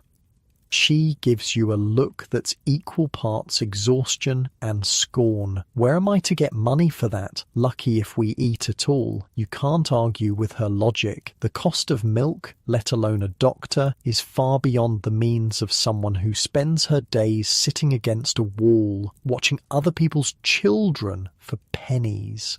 Has it got a name? The baby? She shrugs. Mother calls it M. Short for Emma, or Emily maybe. Don't know. And yours? Your name? Sarah, she says after a pause, as if she's had to search her memory for it, used to be a laundress before the cough took hold. You nod, understanding. Consumption again, the disease that ravages London's poor, spread by close quarters and poor ventilation, worsened by malnutrition and cold. The same illness that's killing William. How long have you been, you gesture vaguely, not wanting to say, a crawler to her face? On the streets? 3 years or thereabouts? Like this? She looks down at her immobile legs. 6 months since the worst of the cough. Can't stand long now. Legs won't hold. Her matter-of-fact recounting of her decline is somehow more disturbing than if she'd been emotional about it. It's the voice of someone who has accepted their fate so completely they no longer question or rail against it. "Where do you sleep?" you ask, noticing there's no bundle of belongings near her that might suggest a regular shelter. Here mostly, doorways if it rains, casual ward when the crushers make me move along. The casual ward, the free section of the workhouse where the homeless can get a bed for the night in exchange for hard labour the next day. It's considered a last resort by most, the work deliberately gruelling and pointless, breaking stones, picking oakum, grinding bones, designed to discourage all but the most desperate from seeking help. And winter? How do you manage in the cold? Sarah tears off a small piece of bread and chews it slowly before answering. Some don't. Find 'em frozen in the morning sometimes. Happen to me eventually, I expect. Soon as I can't move enough to find shelter when the real cold comes. Again, that chilling fatalism. Sarah sees her death as inevitable and imminent. Just another event in a life defined by hardship. The baby, M, stirs and makes a weak mewling sound. Sarah automatically adjusts the shawl, her movements gentle despite her apparent detachment. There is care there, you realise, just buried beneath the overwhelming burden of survival. Will the mother be back for her, you ask, nodding toward the infant. Always has been before, works in the match factory till 6, pays me a penny to watch the little one. The match factories, notorious for their dangerous conditions and the phossy jaw that afflicts workers exposed to white phosphorus, the women who work there earn pennies for a day's labour in conditions that slowly poison them, and still this mother is doing better than Sarah, who can't work at all anymore. You're kind to help her, you observe. Sarah gives you a look that suggests kindness has nothing to do with it. Penny's a penny, buys bread, keeps me alive another day. The brutal economics of survival, everything reduced to its most basic value. A penny for watching a baby that might die in your care, 2pence for a crust of bread and tea, 4pence for a wooden box to sleep in, life measured out in copper coins. As the afternoon wears on, you find yourself oddly reluctant to leave Sarah and the baby. There's nothing you can do for them. Your own situation is precarious enough, but the simple act of sitting beside another human being, sharing their space and time, feels significant. You tell Sarah about the penny sit-up, the 2-penny hangover, the 4-penny coffin. She listens with mild interest, though these accommodations might as well be luxury hotels for all the likelihood of her accessing them.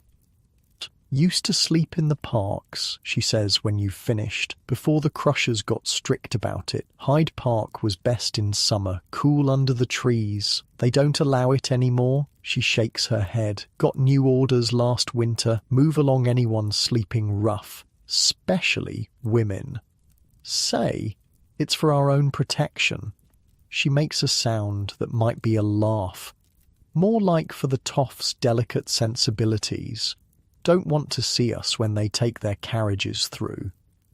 The criminalisation of homelessness, a constant feature of Victorian London. The poor are not just unfortunate but offensive, a blight to be hidden away rather than a problem to be solved. As the light begins to fade, people come home from work, if home is the right word for the overcrowded tenements that line the street. Women with exhausted faces, men with bent shoulders, children old before their time. The working poor, just one misfortune away from joining Sarah against the wall. A young woman hurries toward you, her face lined with worry. She can't be more than 20, but her eyes belong to someone much older. Factory dust clings to her hair and clothes, and her hands are stained a peculiar yellow-red, the mark of the match worker. "Em?" she asks Sarah anxiously. "She all right?" "Quiet all day," Sarah replies, handing over the bundled baby. "Took the bottle twice." The young mother, for she must be Em's mother, clutches the baby to her chest with a fierceness that suggests she knows exactly how precarious the child's existence is. From her pocket she produces a penny, which she presses into Sarah's palm. "Thank you," she says with genuine gratitude. "Don't know what I'd do otherwise." Sarah nods, closing her fingers around the precious coin. Another day's survival secured. The mother notices you for the first time. "Who's this?" "Helped me today," Sarah says simply. "Bought bread." The young woman gives you a quick, assessing look, then nods slightly, the street's silent acknowledgement of a small kindness. "Best be getting her home," she says, adjusting the baby in her arms. "Night's coming on." With that, she hurries away, another shadow among many in the gathering dusk. You should be going too. Night in this part of London is dangerous for anyone, but especially for those who look vulnerable or out of place, and you still need to find somewhere to sleep. "I should go," you tell Sarah. "Need to find a place for the night." She nods, unsurprised. No one stays long with the crawlers. They are the stationary objects around which the river of London life flows, noticed but rarely engaged with. You hesitate, then reach into your pocket. You have 5p left, enough for a sit-up and a cup of tea, or almost enough for another night in the coffins, but Sarah will sit here all night, exposed to the elements, subsisting on that crust of bread you helped her buy. Decision made, you press 2 more pennies into her hand. For shelter, if you can make it to one. She looks at the coins, then at you, something flickering behind her vacant eyes. Surprise, perhaps, or a ghost of the person she was before the streets claimed her. "Won't make it that far," she says honestly, "but might get a bit of soup or gin to keep the cold out." You can't judge her choice. In her position, warmth, even the false warmth of alcohol, might seem more valuable than food. "Good luck," you tell her, meaning it. "And you," she replies, "watch yourself after dark. This part ain't safe for strangers." It's the most she said at once, and it strikes you as a kind of gift, a warning born of hard-won knowledge offered to someone she'll likely never see again. You nod and turn away, heading back toward more familiar parts of the city, but Sarah's face stays with you, the hollowed eyes, the resignation, the slow disappearance of a human being happening in plain sight on a public street. Darkness falls quickly in London, especially in winter. By the time you reach areas you recognise, night has claimed the city. Gas lamps create pools of sickly yellow light, barely penetrating the fog that rolls in from the Thames. The temperature drops sharply, your breath clouding before you.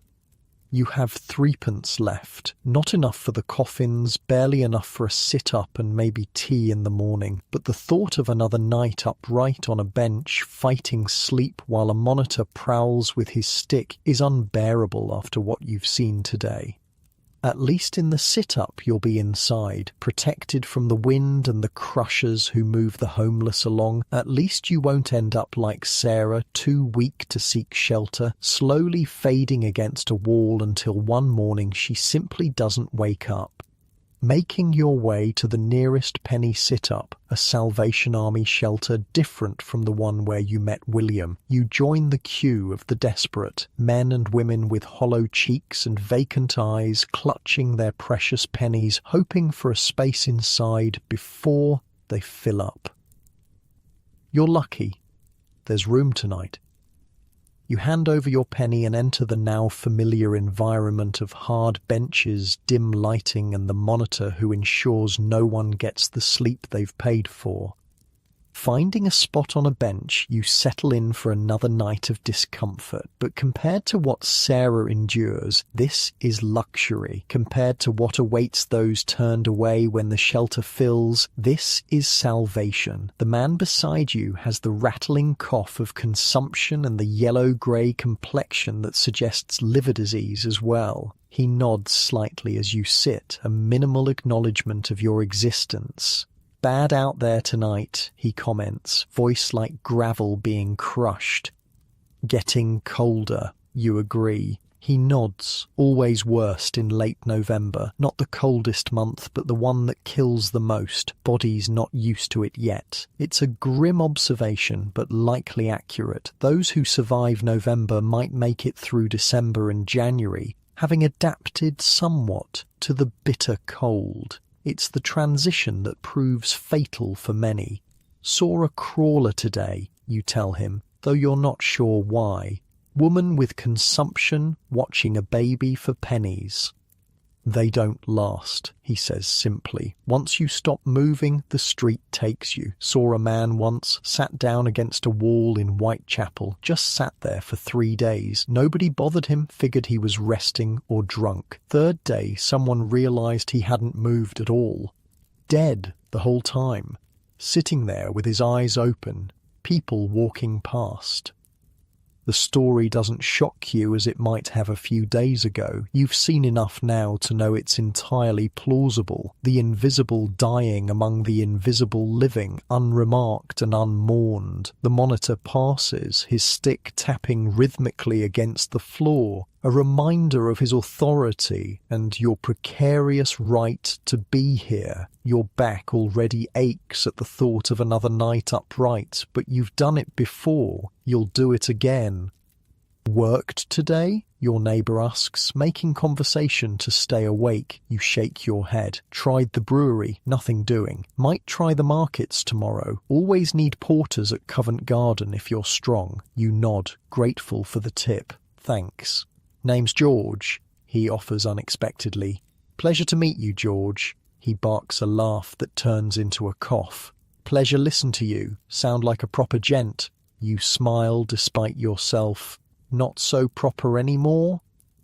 "None of us are," George agrees philosophically. "Streets have a way of stripping that off you, like acid on metal." It's an apt metaphor. The veneer of civilization, manners, dignity, even identity, gradually eroded by the harsh reality of homelessness until only the bare metal of survival remains. The night settles into its familiar pattern of discomfort and interrupted dozing. Each time your chin drops to your chest, either the monitor or George nudges you awake. Each time you jerk upright with a fresh surge of pain through your spine. But your mind keeps returning to Sarah, sitting against her wall through the freezing night, to the baby with its blue-tinged lips, to the young mother working in conditions that are slowly poisoning her to earn pennies for her child's survival. At least you can work when there's work to be found. At least you can walk without pain, can seek shelter, can hope for something better tomorrow. Sarah has surrendered that hope, become a crawler, waiting for the inevitable with a fatalism that's both disturbing and logical. "What keeps you going?" you ask George suddenly. He considers the question, rheumy eyes, thoughtful. "Stubbornness, I reckon. Too bloody-minded to lay down and die." It's as good an answer as any. In a world that seems designed to grind the poor into dust, simple persistence becomes a form of rebellion. Morning comes as it always does, too soon and announced by a bell that seems deliberately harsh. You rise from the bench, your body a catalogue of complaints from the night spent upright. But you're alive, awake, and the day holds possibilities. Work at Covent Garden, perhaps, or some other opportunity that will earn you the fourpence for tonight's coffin. Outside, London awakens to a clear, cold day. The sun breaks through the ever-present smog, casting weak light on streets already teeming with activity. Cart drivers shout at each other, shop owners arrange their wares, children dash between legs on mysterious errands. And everywhere, the homeless, emerging from shelters and doorways, from under bridges and behind crates, joining the general populace yet distinctly separate from it. The invisibles, seen but unseen, present but unacknowledged. You wonder if Sarah survived the night, if she's still sitting against her wall waiting for the match worker to bring her baby and her penny. You wonder if William found shelter, if his consumption granted him a reprieve. You wonder if Jack found work at the docks, if he's one step closer to climbing out of poverty for the fourth time. But London is vast, and the homeless are many. Chances are you'll never see any of them again, each life a brief intersection with yours before continuing on its own desperate trajectory. With your last tuppence, you buy tea and a bun from a street vendor, the hot liquid and stale pastry, a feast to your empty stomach. Then you set off toward Covent Garden, following George's advice, joining the river of humanity flowing through London's streets. Unlike your comfortable life now, listening to this story in your warm bed, the Victorian homeless never knew where their next meal would come from, or if they would survive another night on the streets. Their reality was a constant struggle against hunger, cold, disease, and the crushing indifference of society.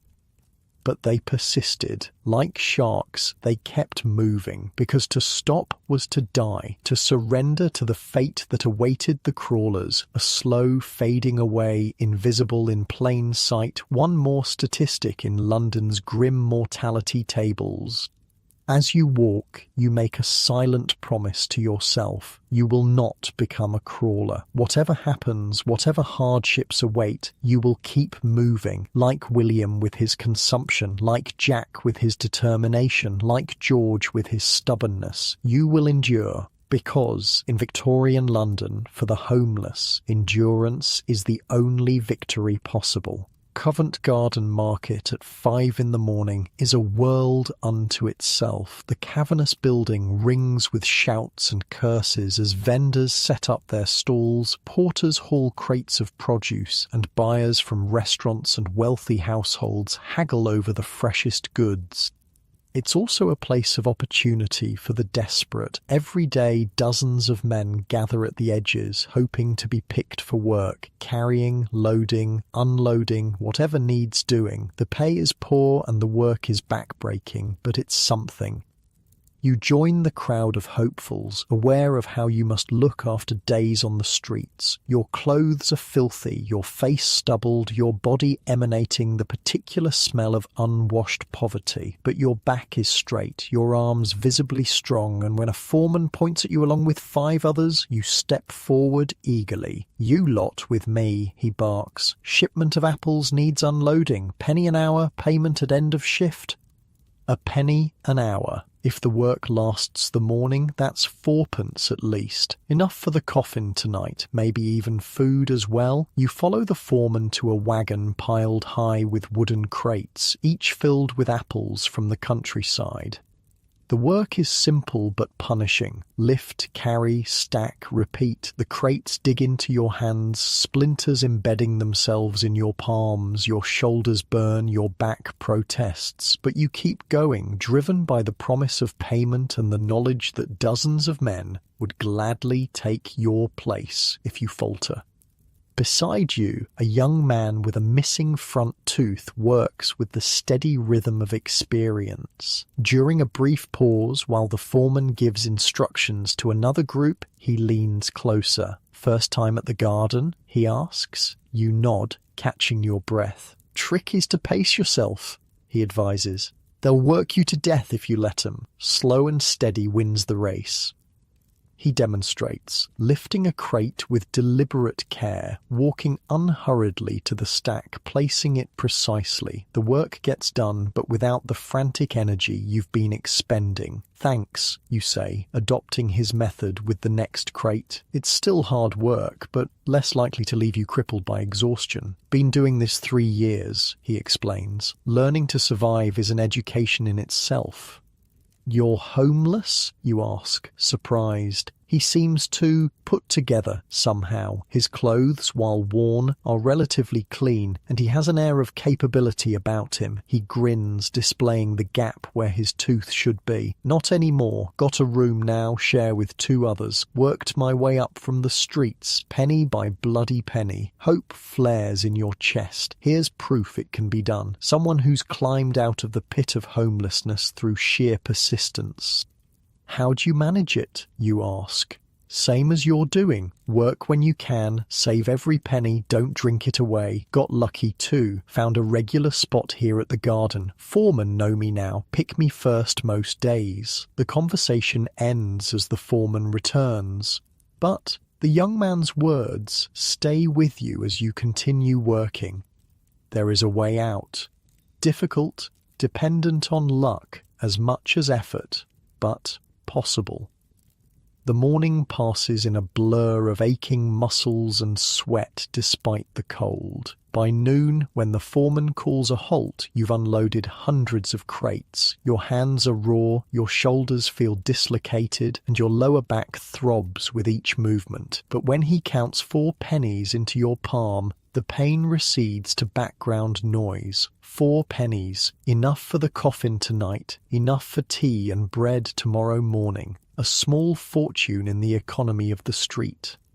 "Back tomorrow if you want," the foreman tells you. 6 sharp. Don't be late. You nod eagerly. "I'll be here." Leaving the market, your body aching but your spirit surprisingly buoyant, you find a cheap eating house that caters to market workers and the poor. A penny buys you a bowl of soup with actual chunks of vegetable floating in it, a feast compared to the thin gruel of the shelters.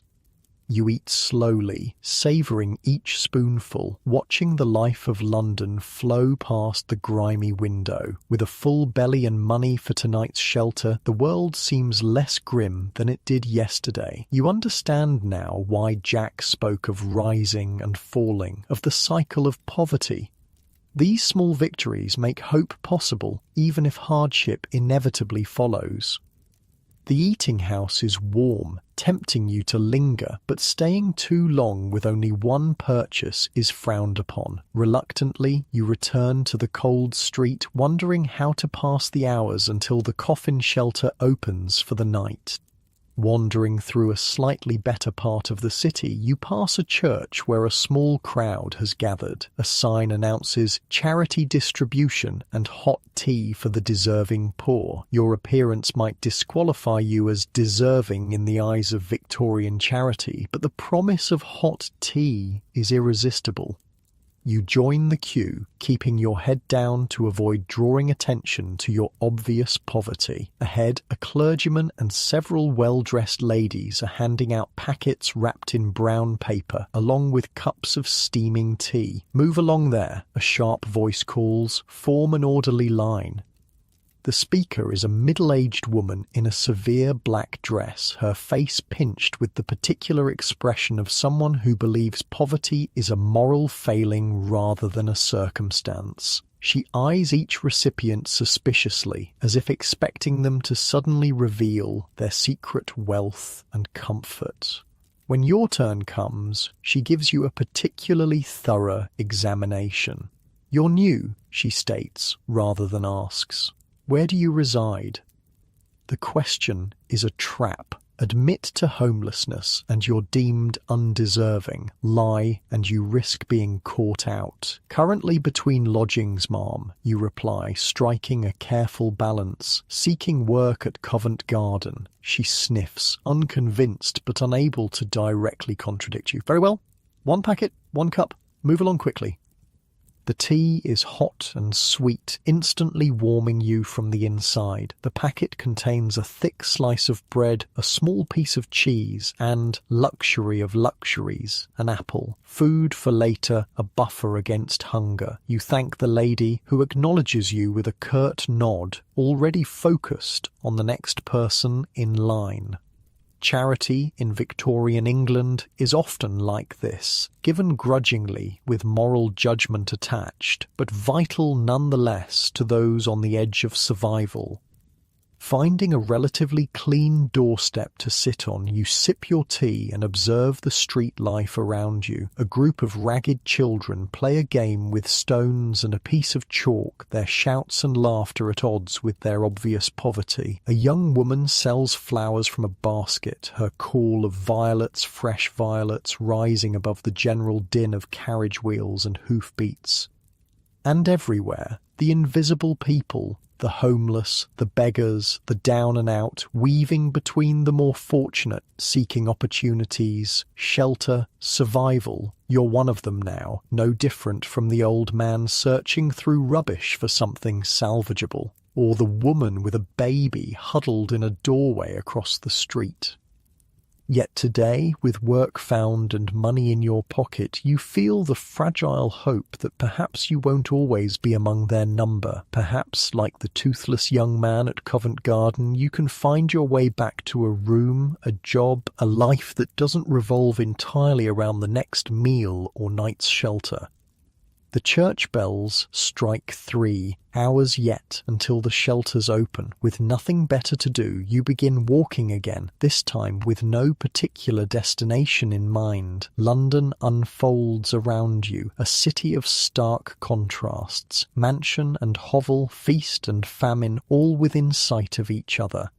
Turning into a narrow street, you come upon a sight that stops you cold. A group of men in the uniform of the workhouse, coarse grey clothing that marks them as inmates, breaking stones under the watchful eye of a supervisor. Their faces are gaunt, their movements mechanical, their expressions uniformly empty.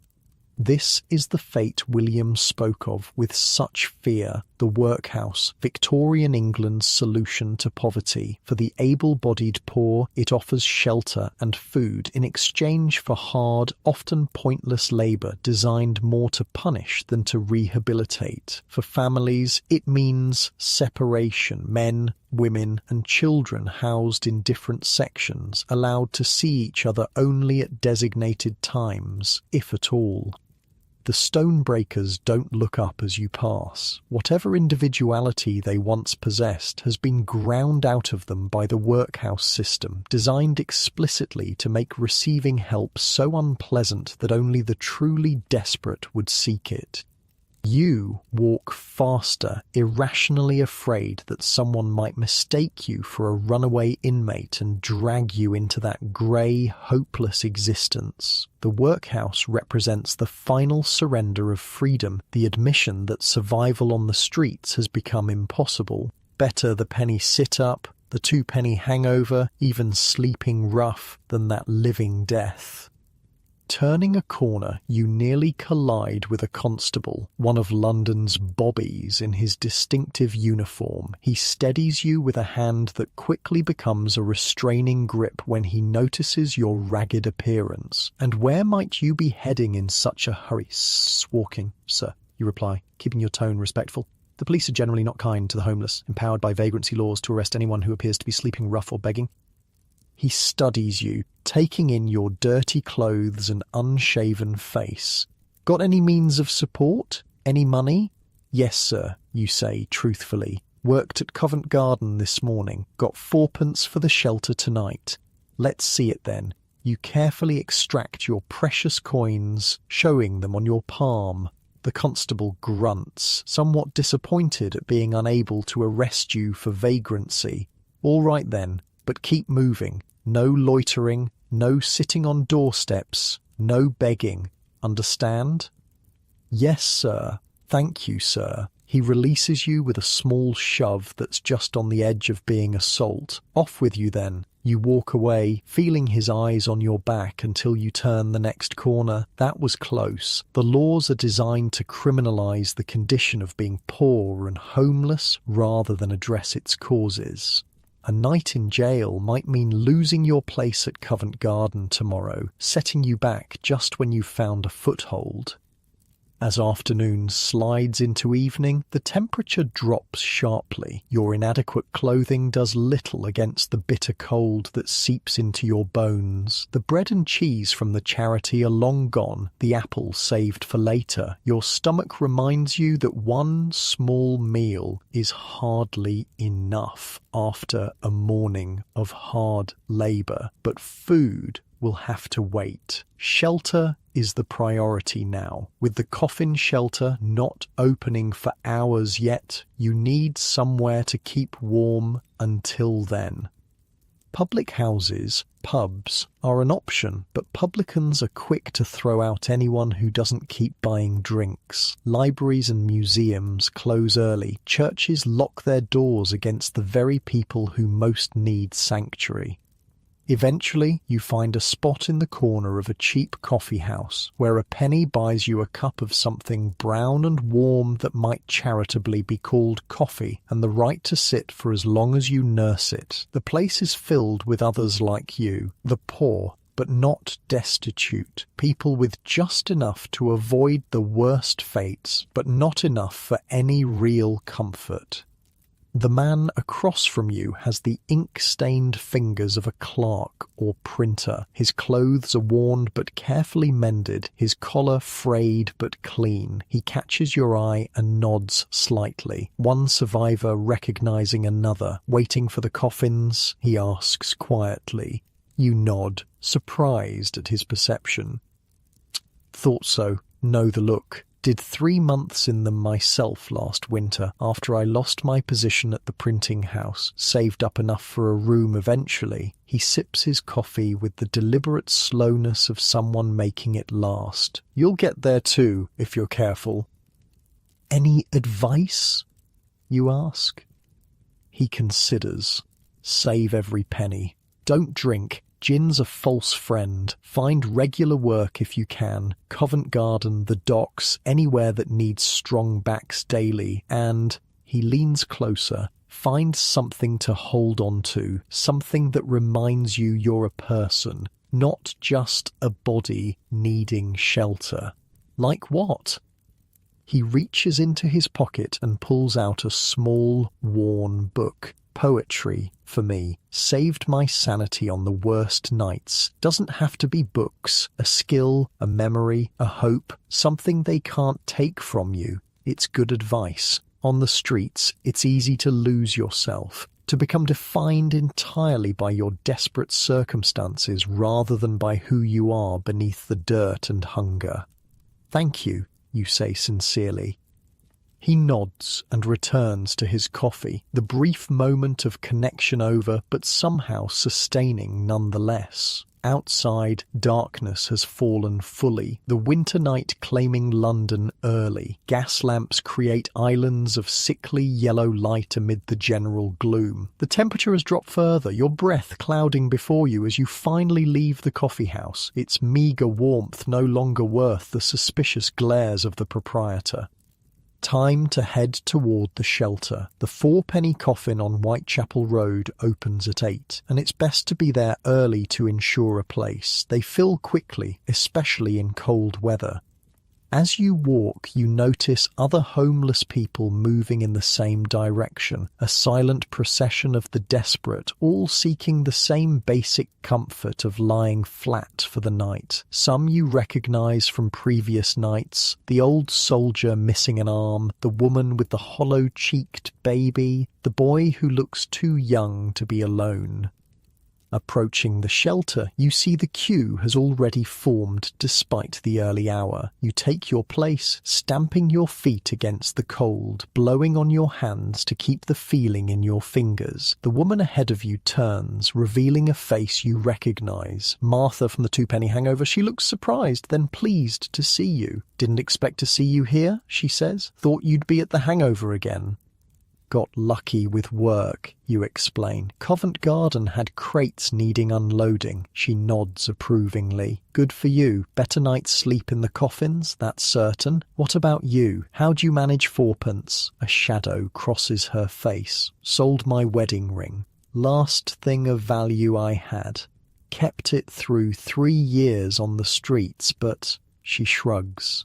"Cold's coming on hard. Needed proper rest." The sacrifice speaks volumes. Martha has given up her final connection to her former life, her dignity, her identity as someone's wife, for the simple comfort of lying flat for a night. "I'm sorry," you say inadequately. "Don't be. Just metal in the end. Can't eat it, can't sleep on it." But there's a hollowness to her voice that belies the practical words. The queue shuffles forward slowly. Each person hands over their precious fourpence, receives a ticket and disappears inside. When your turn comes, you feel an absurd surge of pride as you hand over the coins, earned through honest work, not begged or stolen. Inside, the room of coffins is much as you remember it, row upon row of wooden boxes on the floor, each barely large enough for an adult to lie in. The smell of unwashed bodies and musty straw permeates the air, but after 2 nights of sitting up or hanging over a rope, the sight of these crude beds is welcome.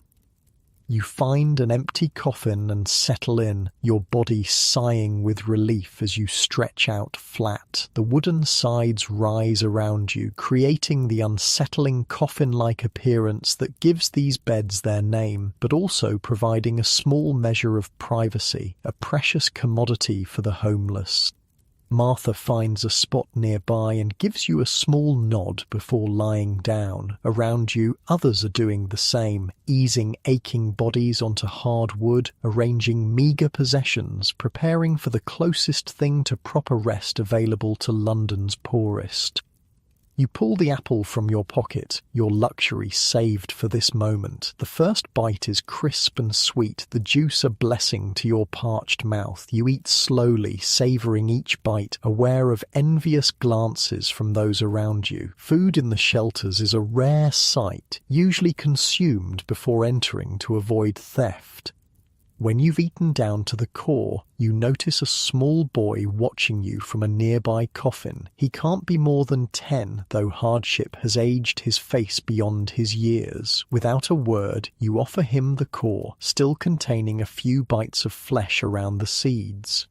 He snatches it with a quick, furtive movement, like a sparrow darting for crumbs, and retreats to his coffin to gnaw the remaining fruit from the core. The simple transaction, neither charity nor theft, but something in between, is typical of life at society's edges. As night deepens, the room settles into the familiar sounds of communal sleeping, coughing, snoring, the rustle of bodies, shifting on straw, muffled conversations. The gas lamps are turned low, casting the space in a dim, ghostly light that makes the rows of coffins appear even more sepulchral. Despite the hard wood beneath you and the thin layer of straw that does little to cushion it, sleep comes more easily than in the penny sit-up or 2-penny hangover. The simple luxury of lying flat allows your body to truly rest, muscles relaxing after days of enforced sitting or hanging. You dream of Covent Garden, of endless crates that need moving, but in the dream, each crate contains something different. Bread, coins, clean clothes, all the things that represent security and comfort to the homeless. You stack them higher and higher, building a fortress against the cold and hunger that constantly threaten. A sharp cry wakes you sometime in the deep night. A woman a few coffins away sits upright, eyes wide with some night terror. The watchman moves toward her, but she's already settling back, murmuring apologies, returning to her uneasy sleep. These moments are common in the shelters, the accumulated traumas of street life erupting in dreams, the thin barrier between sleep and wakefulness easily pierced by memories of hunger, cold, violence, loss. You lie awake for a while after that, listening to the sounds of the room, thinking about the printer's words in the coffee house. Find something to hold on to, something that reminds you you're a person, not just a body needing shelter. What do you have left? No possessions of value, no connections to your former life. But there are the small victories, the work at Covent Garden, the promise of more tomorrow, the knowledge that others have climbed out of this pit penny by bloody penny, the human connections, brief but real, with William and Martha, Jack and George, even Sarah the crawler with her matter-of-fact acceptance of her fate. These are the things you can hold on to, not objects, but experiences, proof that you're still human, still fighting, still moving like Jack's shark, refusing to surrender to the current that would drag you down to Sarah's immobility. Morning comes too soon, announced by a bell, and the harsh voice of the night watchman. Up and out, 15 minutes to clear the building. Around you, people stir reluctantly, bodies protesting the return to vertical after the brief respite of horizontal rest. Martha catches your eye as she rises, giving you a small nod that somehow communicates both solidarity and resignation. Another day, another struggle for survival. Outside, the morning is clear and bitterly cold, frost silvering the cobblestones and rooftops. Your breath clouds before you as you join the stream of humanity pouring out of the shelter back onto London's unforgiving streets. Covent Garden again, Martha asks, falling into step beside you. You nod. If they'll have me. You? Thought I'd try the laundries. Sometimes they need extra hands when someone's sick. The work she's describing is brutal. Hours of standing in steam and harsh chemicals, hands raw from lye soap and hot water, lungs choked with fumes, but it's indoors and it pays. Good luck, you tell her sincerely, and you. She hesitates, then adds, maybe see you tonight. Hope not, you reply, following the traditional response. Hope you find better. She smiles slightly.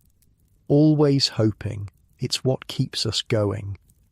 With that, she turns away, another solitary figure in the vast, indifferent city, seeking a day's work and another night's shelter. You make your way toward Covent Garden, your body less sore than after the penny sit-up or two-penny hangover, but still aching from the hard wood of the coffin. The cold bites through your inadequate clothing, but the promise of work, of more pennies toward tonight's shelter and food, drives you forward. The market is already bustling when you arrive, the same controlled chaos as yesterday. You find the foreman who hired you standing by a wagon piled with crates of winter vegetables, turnips, potatoes, cabbages. Back again, he says, recognizing you. Good. Could use a reliable pair of hands, same as yesterday. Penny an hour, payment at end of shift.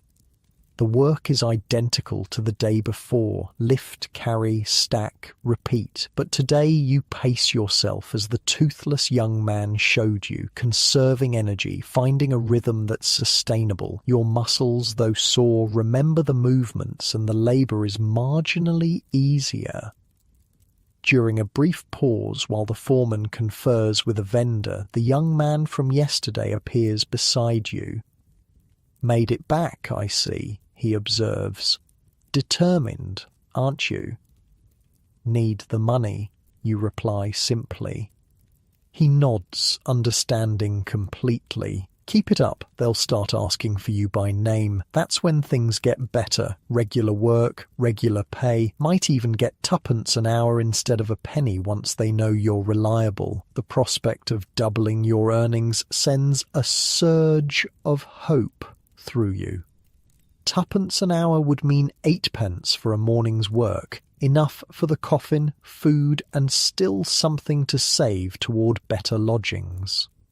How long did it take you, you ask, to get out of the shelters? He considers. 6 months of regular work, saved every penny I could, found 2 others to share a room, cuts the cost to something almost manageable, still hand-to-mouth most days, but he glances around, then lowers his voice. Got a proper bed now, with a mattress. After the coffins, feels like sleeping on clouds. A proper bed. The simple luxury seems almost unimaginable after nights on benches, ropes, and wooden boxes, yet this man has achieved it through persistence and careful saving. Perhaps you can too. The foreman returns, ending the conversation, but the young man's words stay with you as you continue working. 6 months, half a year of daily labour, penny by penny. A daunting prospect, but not impossible. Not if the work holds out. Not if you're careful with your earnings. By noon, when the shift ends, you've earned another 4p, enough for tonight's coffin again, enough for a small meal. The foreman counts the coins into your palm with a nod that might be approval. Tomorrow, you ask, hopefully, aye, if you're willing, 6 sharp. 2 days of work, 2 nights in the coffins. Small victories, but significant in a world where survival is measured in pennies and inches. With 4p in your pocket and the promise of more tomorrow, you walk away from Covent Garden with something that's been scarce since you found yourself on the streets: hope. Not the desperate hope of the truly destitute clutching at any possibility, but something more substantial. A plan, a path, a way forward, penny by bloody penny. Unlike your comfortable bed now, with its soft mattress and warm blankets, the 4p coffin was a stark reminder of how precarious life was for the Victorian homeless. Yet even that hard wooden box represented a step up, a small victory in the daily battle for survival. The truly desperate, those who couldn't earn or beg enough for even the penny sit-up, faced the worst challenges of all. They were the ones who slept under bridges, in doorways, in parks, constantly moved along by police, exposed to the elements and the dangers of the night. They were the ones who might, like Sarah the Crawler, eventually stop moving altogether, surrender to immobility, and fade away on London's uncaring streets. But tonight, with work found and pennies earned, you've won another day's reprieve from that fate. Tonight, you'll sleep in a coffin again, and tomorrow you'll return to Covent Garden, taking one more small step away from the abyss that claims so many of London's homeless. In Victorian London, for the poorest of the poor, sometimes that's the only victory possible. Enduring one more day, surviving one more night, keeping hope alive against all odds. A week passes in this fashion. Each morning you rise from your wooden coffin and make your way to Covent Garden. Each day you lift and carry until your muscles scream, earning your 4p for the next night's shelter. Each evening you return to the coffin house, taking your place among London's homeless, but feeling the small distinction of being among those who can afford to lie flat for the night. It's a grinding existence, but compared to the penny sit-up or the 2p hangover, let alone sleeping rough, it's almost comfortable, and more importantly, it's stable. The work at Covent Garden has proven reliable. The foreman now nodding with recognition when you appear each morning. You've become one of the regulars, the men he counts on when there are crates to be moved. You've made connections too, not friends exactly, but people who recognise you, who save you a place in the queue at the shelter, who share information about work or charity distributions. These small alliances are vital currency among the homeless, the difference sometimes between survival and disaster. The toothless young man at Covent Garden, you've learned his name is Tom, has become something of a mentor, showing you the tricks of conserving energy, avoiding injury, making yourself valuable to the foreman. They're giving you the eye, he tells you one morning, nodding toward a group of men in better clothes who stand at the edge of the market, observing the workers. Who are they, you ask?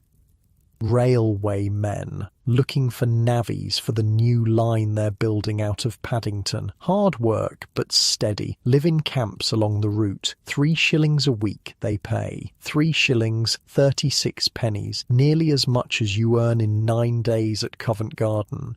Enough to save toward real lodgings, perhaps even better clothes that might open doors to more respectable employment. You think they'd take me? You ask, acutely aware of your ragged appearance. Tom shrugs. They don't care what you look like, only how strong your back is, and yours has proven sturdy enough. He glances at the railway men again. They'll be back tomorrow. Clean yourself up as best you can. Worth a try, isn't it? It is indeed. That night, at a public pump, you scrub yourself as thoroughly as possible with cold water and the sliver of harsh soap you've purchased with a saved penny. Your clothes remain filthy. There's nothing to be done about that without a change of garments. But if The next morning, when the railway men return to Covent Garden, you position yourself where they'll notice you, working steadily, demonstrating your strength and reliability. It's a calculated performance, and it works. One of them approaches as you set down a particularly heavy crate. "Looking for work, lad?" he asks without preamble. "Yes, sir," you reply. Railway work, hard labour, long hours, 3 shillings weekly, paid every Saturday, board in the navvy camp, basic food provided. Interested? Your heart leaps, but you keep your expression measured. "Yes, sir, very interested. Be at Paddington Station, West Entrance. 5 o'clock tomorrow morning. Ask for Foreman Jenkins. Don't be late, or the spot goes to someone else." With that, he moves on, already eyeing other potential recruits. You stand there, slightly stunned by the sudden change in your fortunes. Railway work, steady employment, regular pay, even basic accommodation included. It's a step up from the daily uncertainty of Covent Garden. A real chance to save toward better circumstances. When you tell Tom, he grins, showing the gap where his front tooth should be. "Told you they were looking railway work, got me my start too 3 years back. Saved enough for proper lodgings after 6 months. I'll miss your advice," you tell him sincerely. He claps you on the shoulder. "You'll do fine. Remember what I taught you. Pace yourself, make yourself valuable, save every penny you can." He hesitates, then adds, "And don't forget where you came from. Some get a bit of money and suddenly can't see those still in the coffins." It's a common enough phenomenon, the recently risen looking away from those still struggling, partly from shame at their former condition, partly from fear of being dragged back down. But you make a silent promise not to be one of them. How could you forget William with his consumption, Martha who sold her wedding ring, Sarah the crawler with her vacant eyes? That night, in the 4-penny coffin, you find it hard to sleep despite your physical exhaustion. Tomorrow represents a real turning point, away from the daily scramble for shelter and food, towards something approaching stability, not prosperity certainly. Railway navvies live hard lives and die young from accidents, exposure, and the toll of brutal labour, but a step up nonetheless from the precarious existence of the casual labourer. Around you, the shelter settles into its nightly rhythm of coughs, snores, and muffled conversations. These sounds have become familiar over the past week, almost comforting in their predictability. You'll miss this strange community, you realise, not the hardship or discomfort, but the shared experience, the unspoken understanding among those who know what it means to live at the very edge of survival. Morning comes with its usual jarring bell and shouted orders to vacate the building. You gather your few possessions, an extra shirt acquired from a charity distribution, a stub of pencil, a scrap of paper on which you've been keeping track of your earnings and expenses. Everything you own wrapped in a bundle no bigger than your two hands together. Outside, the pre-dawn air is bitter with winter's approach. Frost covers the cobblestones, making them treacherous underfoot. Your breath clouds before you as you set off toward Paddington Station, leaving behind the familiar streets of the East End for a new chapter in your story. The walk takes nearly an hour, your pace quickened by anxiety about being late. London is different at this hour, quieter, the usual cacophony of commerce not yet begun, the streets populated mainly by those who work before the city properly wakes, bakers, market porters, night soilmen finishing their rounds. Paddington Station looms impressive against the lightening sky, its grand arched roof a testament to Victorian engineering and ambition. You find the west entrance, where a group of men have already gathered, 30 or more, all with the same hollow-cheeked, desperate look as yourself. All hoping for work, for the chance to earn 3 shillings a week and a place to sleep that isn't a wooden coffin.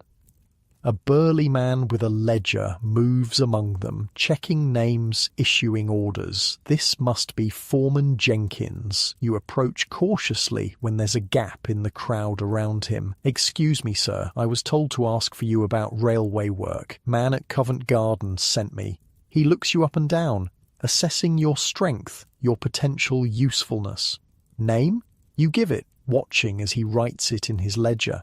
"Ever done railway work before?" "No, sir, but I'm strong and I learn quick."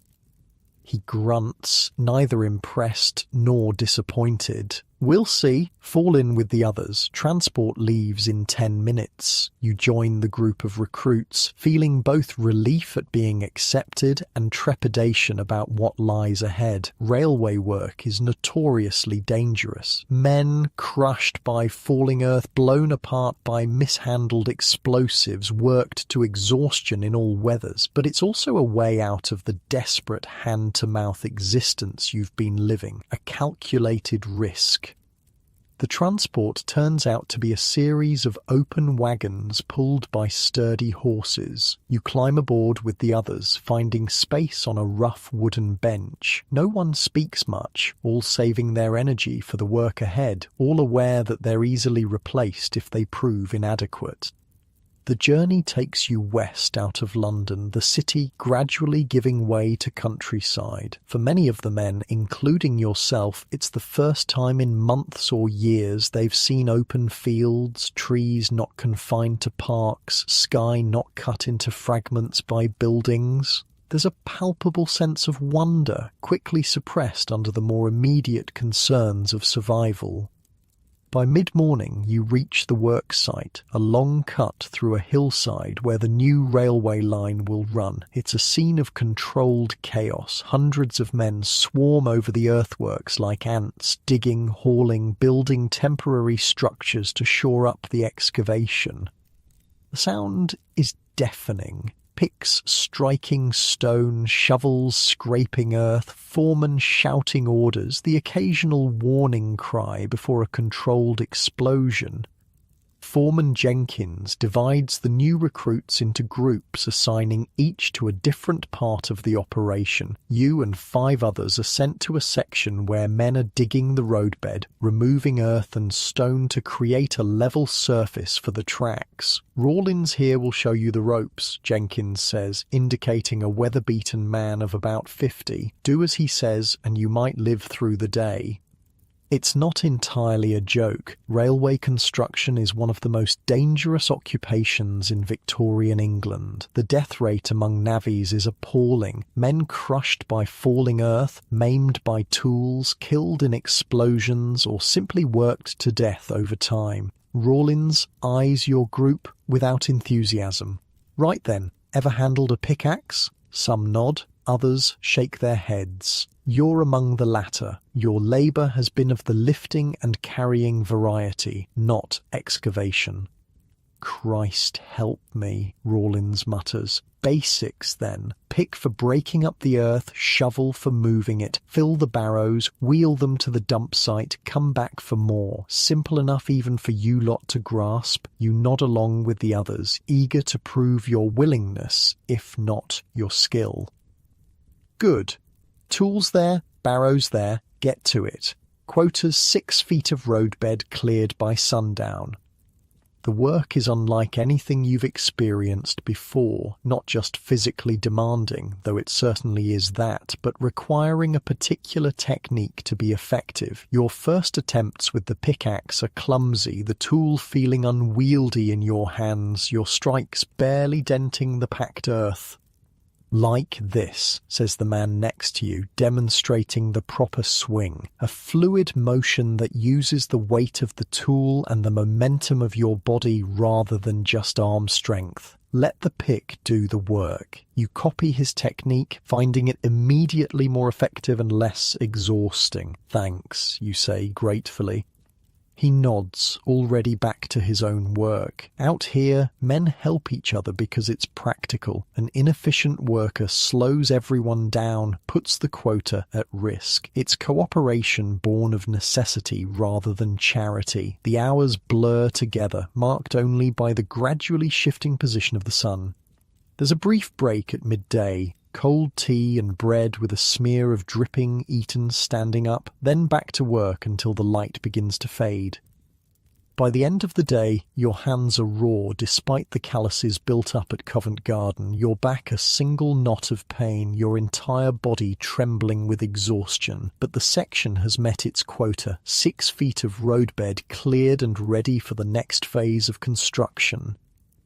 Not bad for first day, Rawlins acknowledges grudgingly. Those still standing can come back tomorrow. Rest of you, this to 2 men who've collapsed from exhaustion, back to London with you. You're still standing, barely. The work has pushed you to your absolute limit, but you've survived it. One day closer to that first week's pay, to the 3 shillings that represent a real step away from destitution. As darkness falls, you follow the other workers to the navvy camp, a collection of rough wooden huts set up near the work site to house the men. Each hut accommodates 20 men sleeping on narrow platforms built along the walls with a central stove for heat and cooking. It's basic accommodation, certainly, but compared to the penny sit-up, the 2-penny hangover, or even the 4-penny coffin, it feels almost luxurious. A roof that doesn't come with the constant threat of expulsion, a place to sleep that's yours by right of work rather than charity. Heat without having to pay extra for it. The food, too, is a step up from what you've become accustomed to. A pot of stew bubbling on the stove, thick with vegetables, and even small pieces of meat with bread for sopping up the gravy. After a week of tea and bread, occasional soup when you could afford it. It's a feast. You eat ravenously, your body demanding fuel after the day's exertion. Around you, the other men do the same, conversation minimal until the edge of hunger is blunted. Afterward, some men produce pipes or cigarettes, the smoke adding to the already thick air in the hut. Others play cards or dice, wagering precious pennies from previous work. A few simply collapse onto their sleeping platforms, too exhausted for anything but rest. You find your assigned spot, a platform with a thin mattress of straw covered by a rough blanket, and sit, taking stock of your new situation. The work is harder than Covent Garden, certainly, but the rewards are greater too, not just the 3 shillings weekly, but the security of knowing where you'll sleep, what you'll eat, that tomorrow holds the same certainty. For the homeless of Victorian London, such security is rare and precious. The daily scramble for shelter, for pennies to buy food, and a place in the sit-up or hangover or coffin takes a toll beyond the physical hardship. It's the mental strain of constant uncertainty, of never knowing if today is the day you'll fail to find work, fail to earn enough, be forced to sleep on the streets where the police move you hourly and the cold might claim your life. Here, at least, you know what tomorrow holds. Back-breaking labour, yes, but also food, shelter, payment at week's end, a foundation upon which to build something better, perhaps. The man on the platform next to yours turns out to be the one who showed you how to use the pickaxe.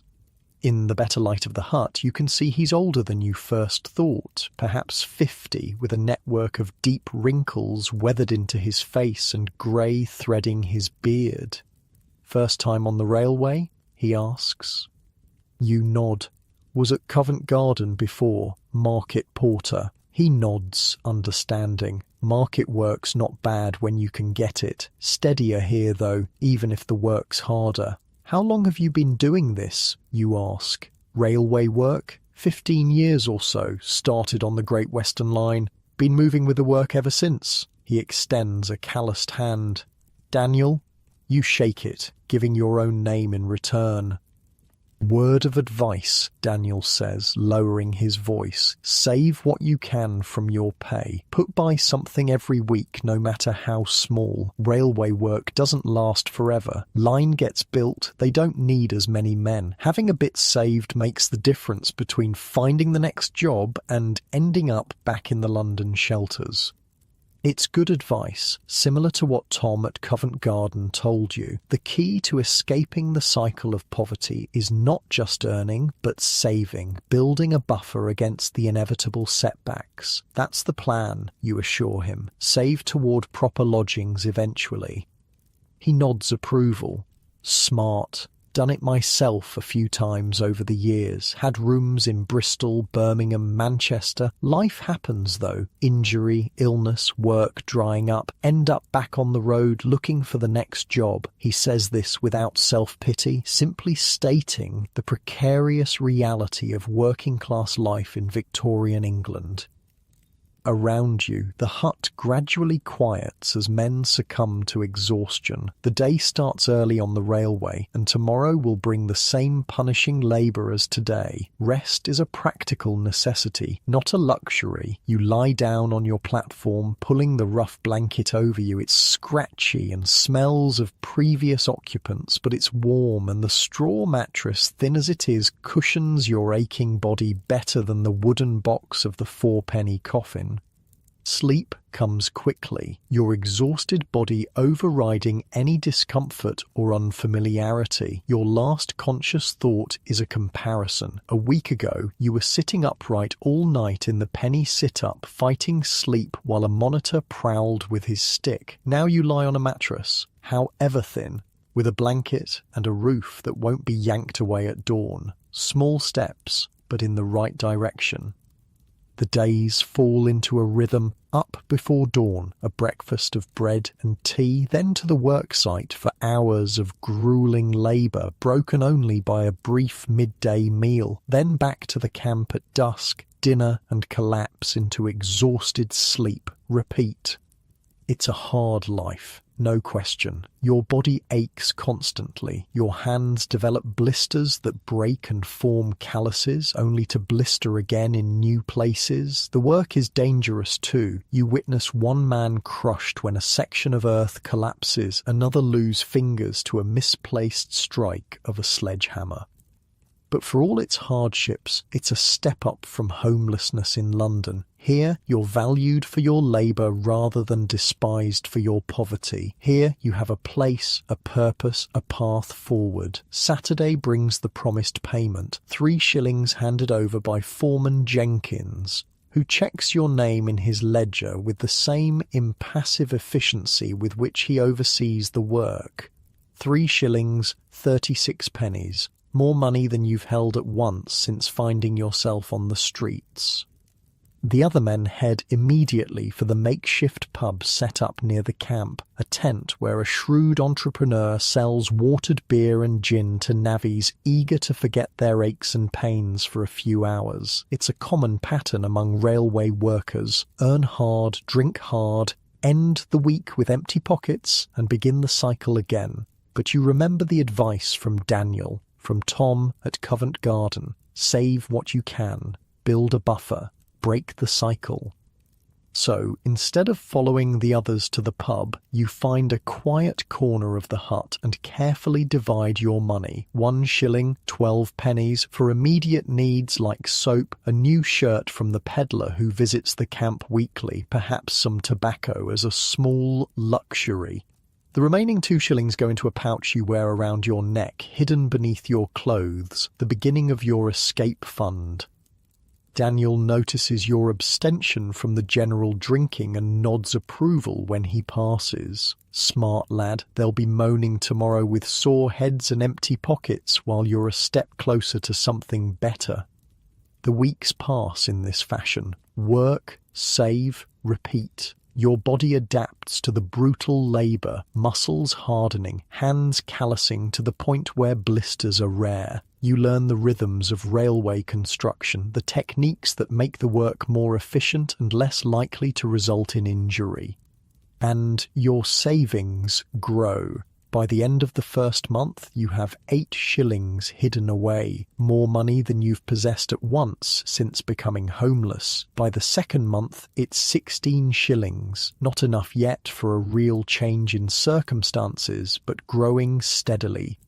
You make connections too, not just with Daniel, who becomes something of a mentor, but with other men who share your determination to improve your situation. There's Williams, a Welshman saving to bring his wife and children from Cardiff once he finds proper lodgings. There's Higgins, who dreams of opening a small cobbler's shop with his brother. There's O'Brien, who sends half his pay home to Ireland each week to support elderly parents. These men become a kind of community, bound by shared goals and the mutual support that comes from recognizing a kindred spirit. You share information about jobs, about cheap lodgings in various cities, about which foremen are fair and which will cheat you if given the chance.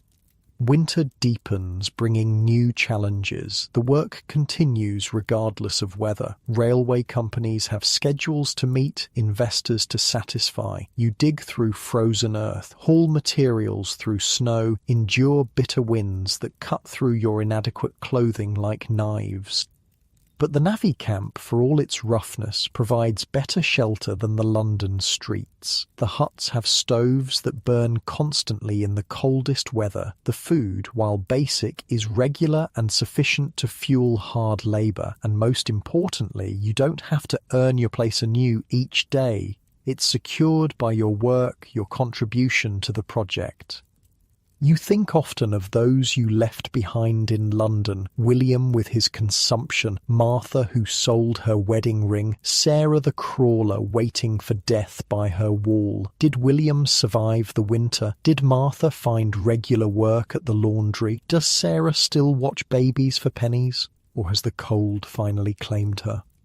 You'll never know. London is vast, its homeless population constantly shifting, individuals appearing and disappearing like figures in a fog. Your paths crossed briefly, then diverged, yours upward, theirs continuing on their precarious horizontal trajectory, or perhaps downward toward the inevitable end that awaits so many of London's poor. The railway work continues through winter and into spring. The line progresses steadily eastward, the navvy camp moving with it, a mobile village of men and the few hardy women who follow the work, cooks, laundresses, the occasional wife or camp follower. By April, your savings have grown to £2, 480 pennies, a small fortune by the standards of your former life, enough for a deposit on humble lodgings, for decent clothes that might open doors to better employment, for a buffer against misfortune. And then comes the news you've been both expecting and dreading. This section of the line is nearing completion. Half the workforce will be let go at the end of the week, the rest moving on to the next section further west. Foreman Jenkins delivers the news with his usual impassivity. Those staying on will be notified Friday. Rest of you get your final pay and your papers for the next job if you want it. Paddington office has the details. The camp buzzes with speculation. Who will stay? Who will go? What new projects are starting that might need experienced navvies? For many, it's an anxious time. For you, it represents a crossroads. You could follow the railway work, moving west with the line, continuing the life you've established these past months. The work is hard but reliable, the pay steady, the company of men like Daniel and Williams familiar and supportive. Or you could return to London with your savings, seek better lodgings and employment, try to establish yourself more permanently in the city. It's riskier, the spectre of falling back into homelessness always present, but potentially offers more in the long term. You discuss the options with Daniel one evening as the hut settles around you. What would you do? You ask. Stay with the railway or try London again? He considers, pipe smoke wreathing his weathered face. Depends what you want, lad. Railway's steady work if you're fit and careful. Move with the lines, always knowing where your next meal's coming from. But it's no life for settling, for family, for putting down roots. And London? More opportunity, more risk, might find better work, might end up back in the penny sit-up if things go wrong. £2 gives you a start, but it won't last forever. Need to find good lodgings, steady work, keep saving. It's not a clear answer, but then there isn't one. Each choice has its merits and dangers. The safe option versus the ambitious one. Continued improvement within narrow bounds versus the chance for something better or worse. You sleep on the decision, weighing the options as you lie on your straw mattress, listening to the sounds of the camp, snoring men, distant singing from those still drinking, the crackle of the stove as it burns down for the night. By morning your mind is made up. You'll return to London, not to the East End with its desperate poverty and coffin shelters, but to seek lodgings in a working-class area where your savings might secure a room, where your experience and newfound strength might find employment beyond casual labour. Friday brings the final payroll. Your name is not among those staying with the project. Not surprising, as you're still relatively new compared to men who've been with the railway for years, but Jenkins hands you your 3 shillings along with a slip of paper. Reference, he explains briefly. You're a good worker. Show that to any railway foreman. They'll likely take you on. It's an unexpected boon, a testament to your reliability, a credential that might open doors to future employment if needed. You thank him, carefully folding the paper and tucking it away with your savings. Saturday morning, you bid farewell to the men who've been your companions these past months. Daniel in particular seems sorry to see you go. Mind how you go in London, he advises gruffly. City's got sharp teeth for the unwary. Keep some money hidden away. Always have a backup plan. Don't trust those promising easy fortune. I'll remember, you assure him, and thanks for everything. He nods, uncomfortable with gratitude. Just passing on what others taught me. You do the same when you can. With that, you shoulder your small bundle of possessions, now including a second shirt, sturdy boots, a woolen scarf against the lingering spring chill, and begin the walk back toward London. You could take the public coach, but that would cost precious shillings from your savings. Better to walk, even if it takes most of the day.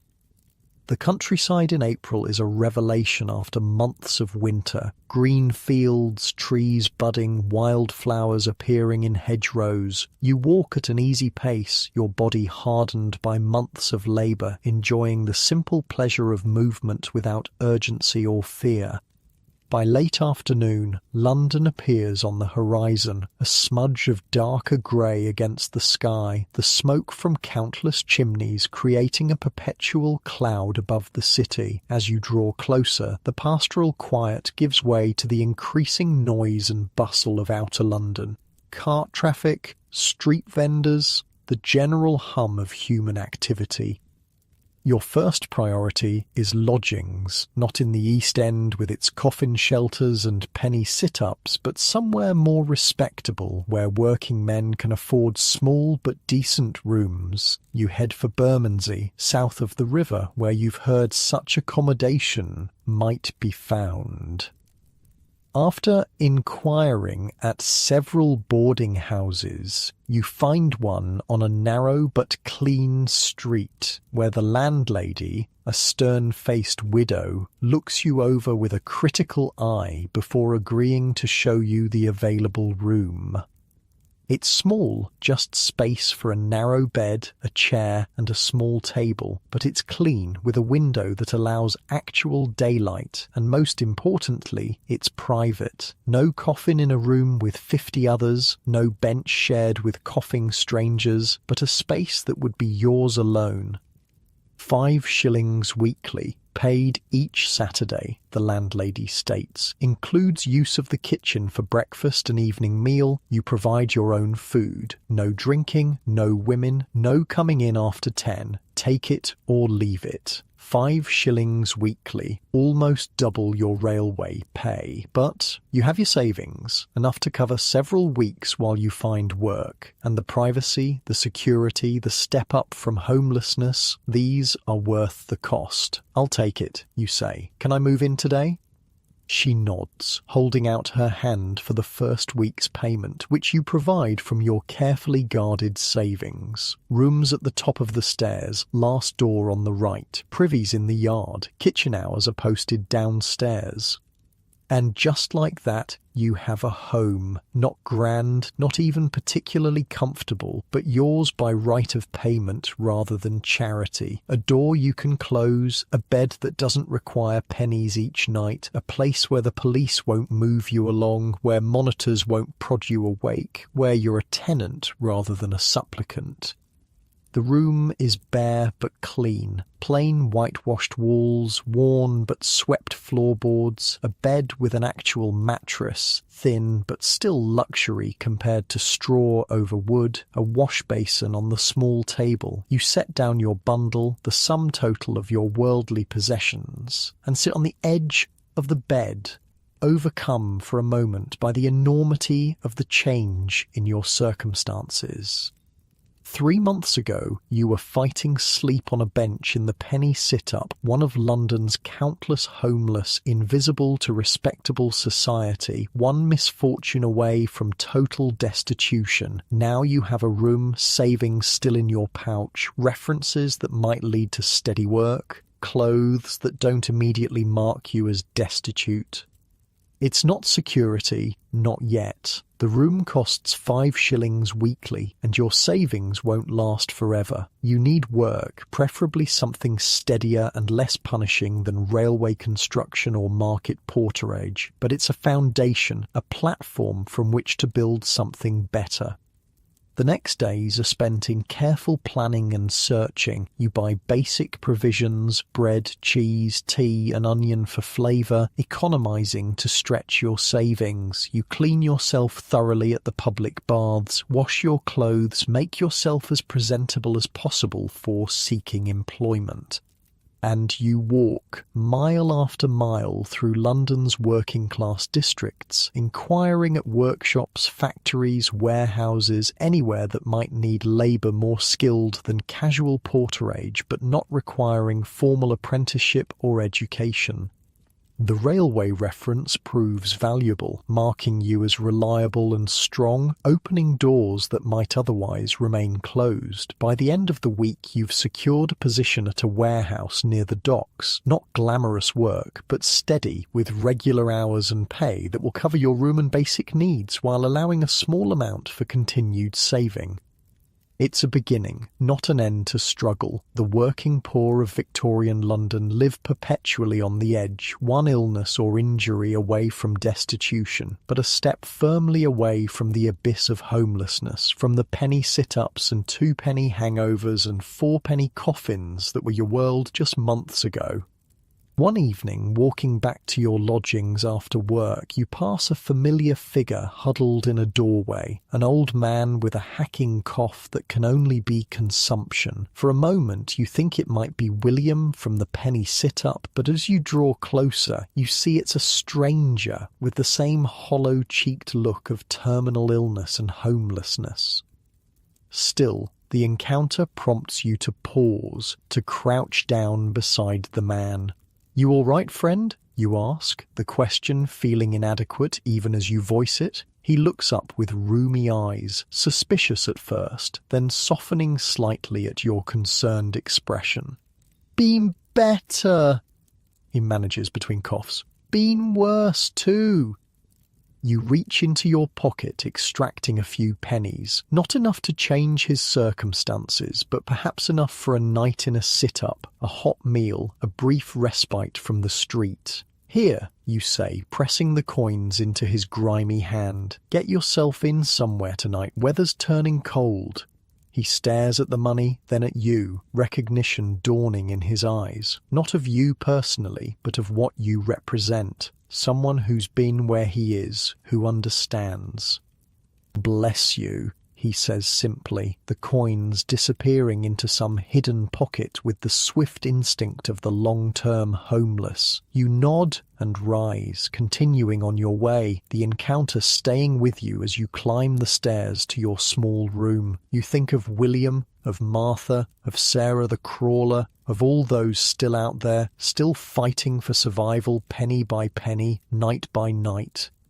You were lucky. Luckier than most. The work at Covent Garden, the railway opportunity, your own physical strength and determination, the absence of illness or injury that might have derailed your progress at any point. So many factors had to align for you to make it from the penny sit-up to this modest room, this steady job.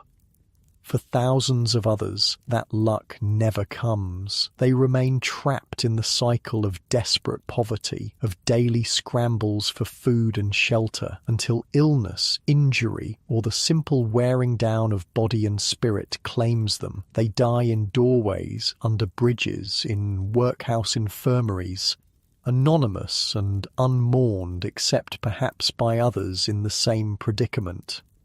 This knowledge doesn't diminish your achievement or suggest you shouldn't continue striving for better circumstances, but it reminds you of the razor-thin line between survival and disaster in Victorian London, of how easily you might have remained on the other side of that line. In your small room, you light the candle you've purchased, a simple luxury that means you're not forced into bed by darkness, and sit at the little table taking stock of your situation. Your savings, while diminished by the first week's rent and necessities, remain substantial by the standards of your former life. Your job, while demanding, provides steady income that will maintain this modest foothold in respectability. Your health, bolstered by regular meals and proper shelter, is better than it's been in months. It's not the end of struggle, not by any means. Victorian London offers little security for the working poor, little protection against the vicissitudes of illness, economic downturns, or simple bad luck. But it's a beginning, a foundation upon which to build something resembling stability. As you prepare for bed, an actual bed with sheets and a pillow, yours by right rather than charity, you think about how far you've come from the penny sit-up, the two-penny hangover, the four-penny coffin. Those experiences will always be part of you, informing your understanding of just how precarious life can be, just how easily one can fall through the cracks of society.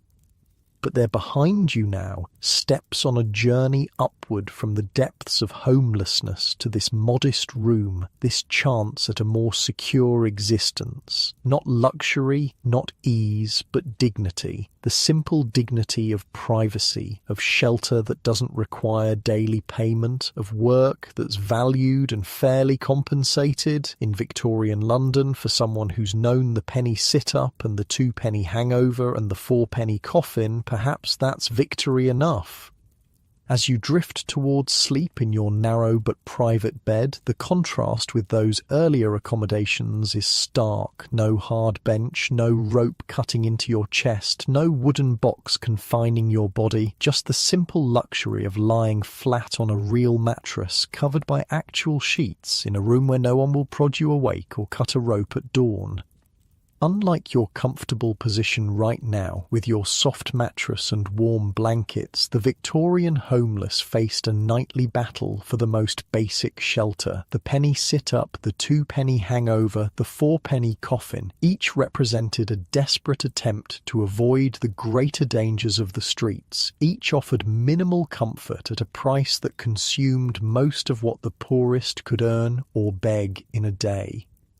For those without even those few pennies, life was harder still, sleeping in doorways until moved along by police, huddling under bridges in all weathers, finding shelter in parks only to be rousted by authorities enforcing vagrancy laws that criminalised the condition of being homeless rather than addressing its causes. The struggle for survival consumed every waking hour. The search for work, for food, for pennies to secure shelter, for charity that didn't demand too much dignity in exchange for help. It was a grinding, exhausting existence that wore down body and spirit until many, like Sarah the Crawler, simply stopped moving, waiting for the inevitable end with a fatalism born of utter exhaustion. Yet even in those desperate circumstances, humanity persisted. William, with his offer of boots he would no longer need. Martha selling her wedding ring for a night of proper rest. The shared jokes in the darkness of the coffin shelter. The small kindnesses. A crust of bread shared, a warning about dangerous areas, advice on where charity might be found. These moments of connection, of recognition between those sharing the same precarious existence, represented the resilience of the human spirit in the face of overwhelming hardship. They were reminders that even at the very bottom of society, people remained people, capable of compassion, of humour, of hope against all evidence that hope was justified. For you, that hope proved warranted. The penny sit-up led to the two-penny hangover, to the four-penny coffin, to work at Covent Garden, to the railway, to this small room with its narrow bed and flickering candle. A journey upward, step by painful step, penny by hard-earned penny. Not everyone was so fortunate. For many, most of Victorian London's homeless, there was no escape from the cycle of desperate poverty, no lucky break, no path to something better. They lived and died on the margins, unseen except as problems to be managed, unheard except in moments of public disturbance, unvalued except as cheap labour when it suited society's needs. Their stories, too, are part of London's history, as much as the grand narratives of empire and industry and progress that dominate official records. The penny sit-ups and two-penny hangovers and four-penny coffins tell a different story about Victorian England, about the human cost of industrialisation, about the failure of charity and poor laws to address the root causes of poverty, about the resilience and desperation of those fighting for survival at the very bottom of society. As you finally drift into sleep in your small but private room that represents such a step up from those earlier accommodations, you carry those stories with you, William's, Martha's, Sarah's and your own. Stories of survival against overwhelming odds, of humanity persisting in the face of dehumanizing circumstances, of hope kept alive even when hope seemed foolish.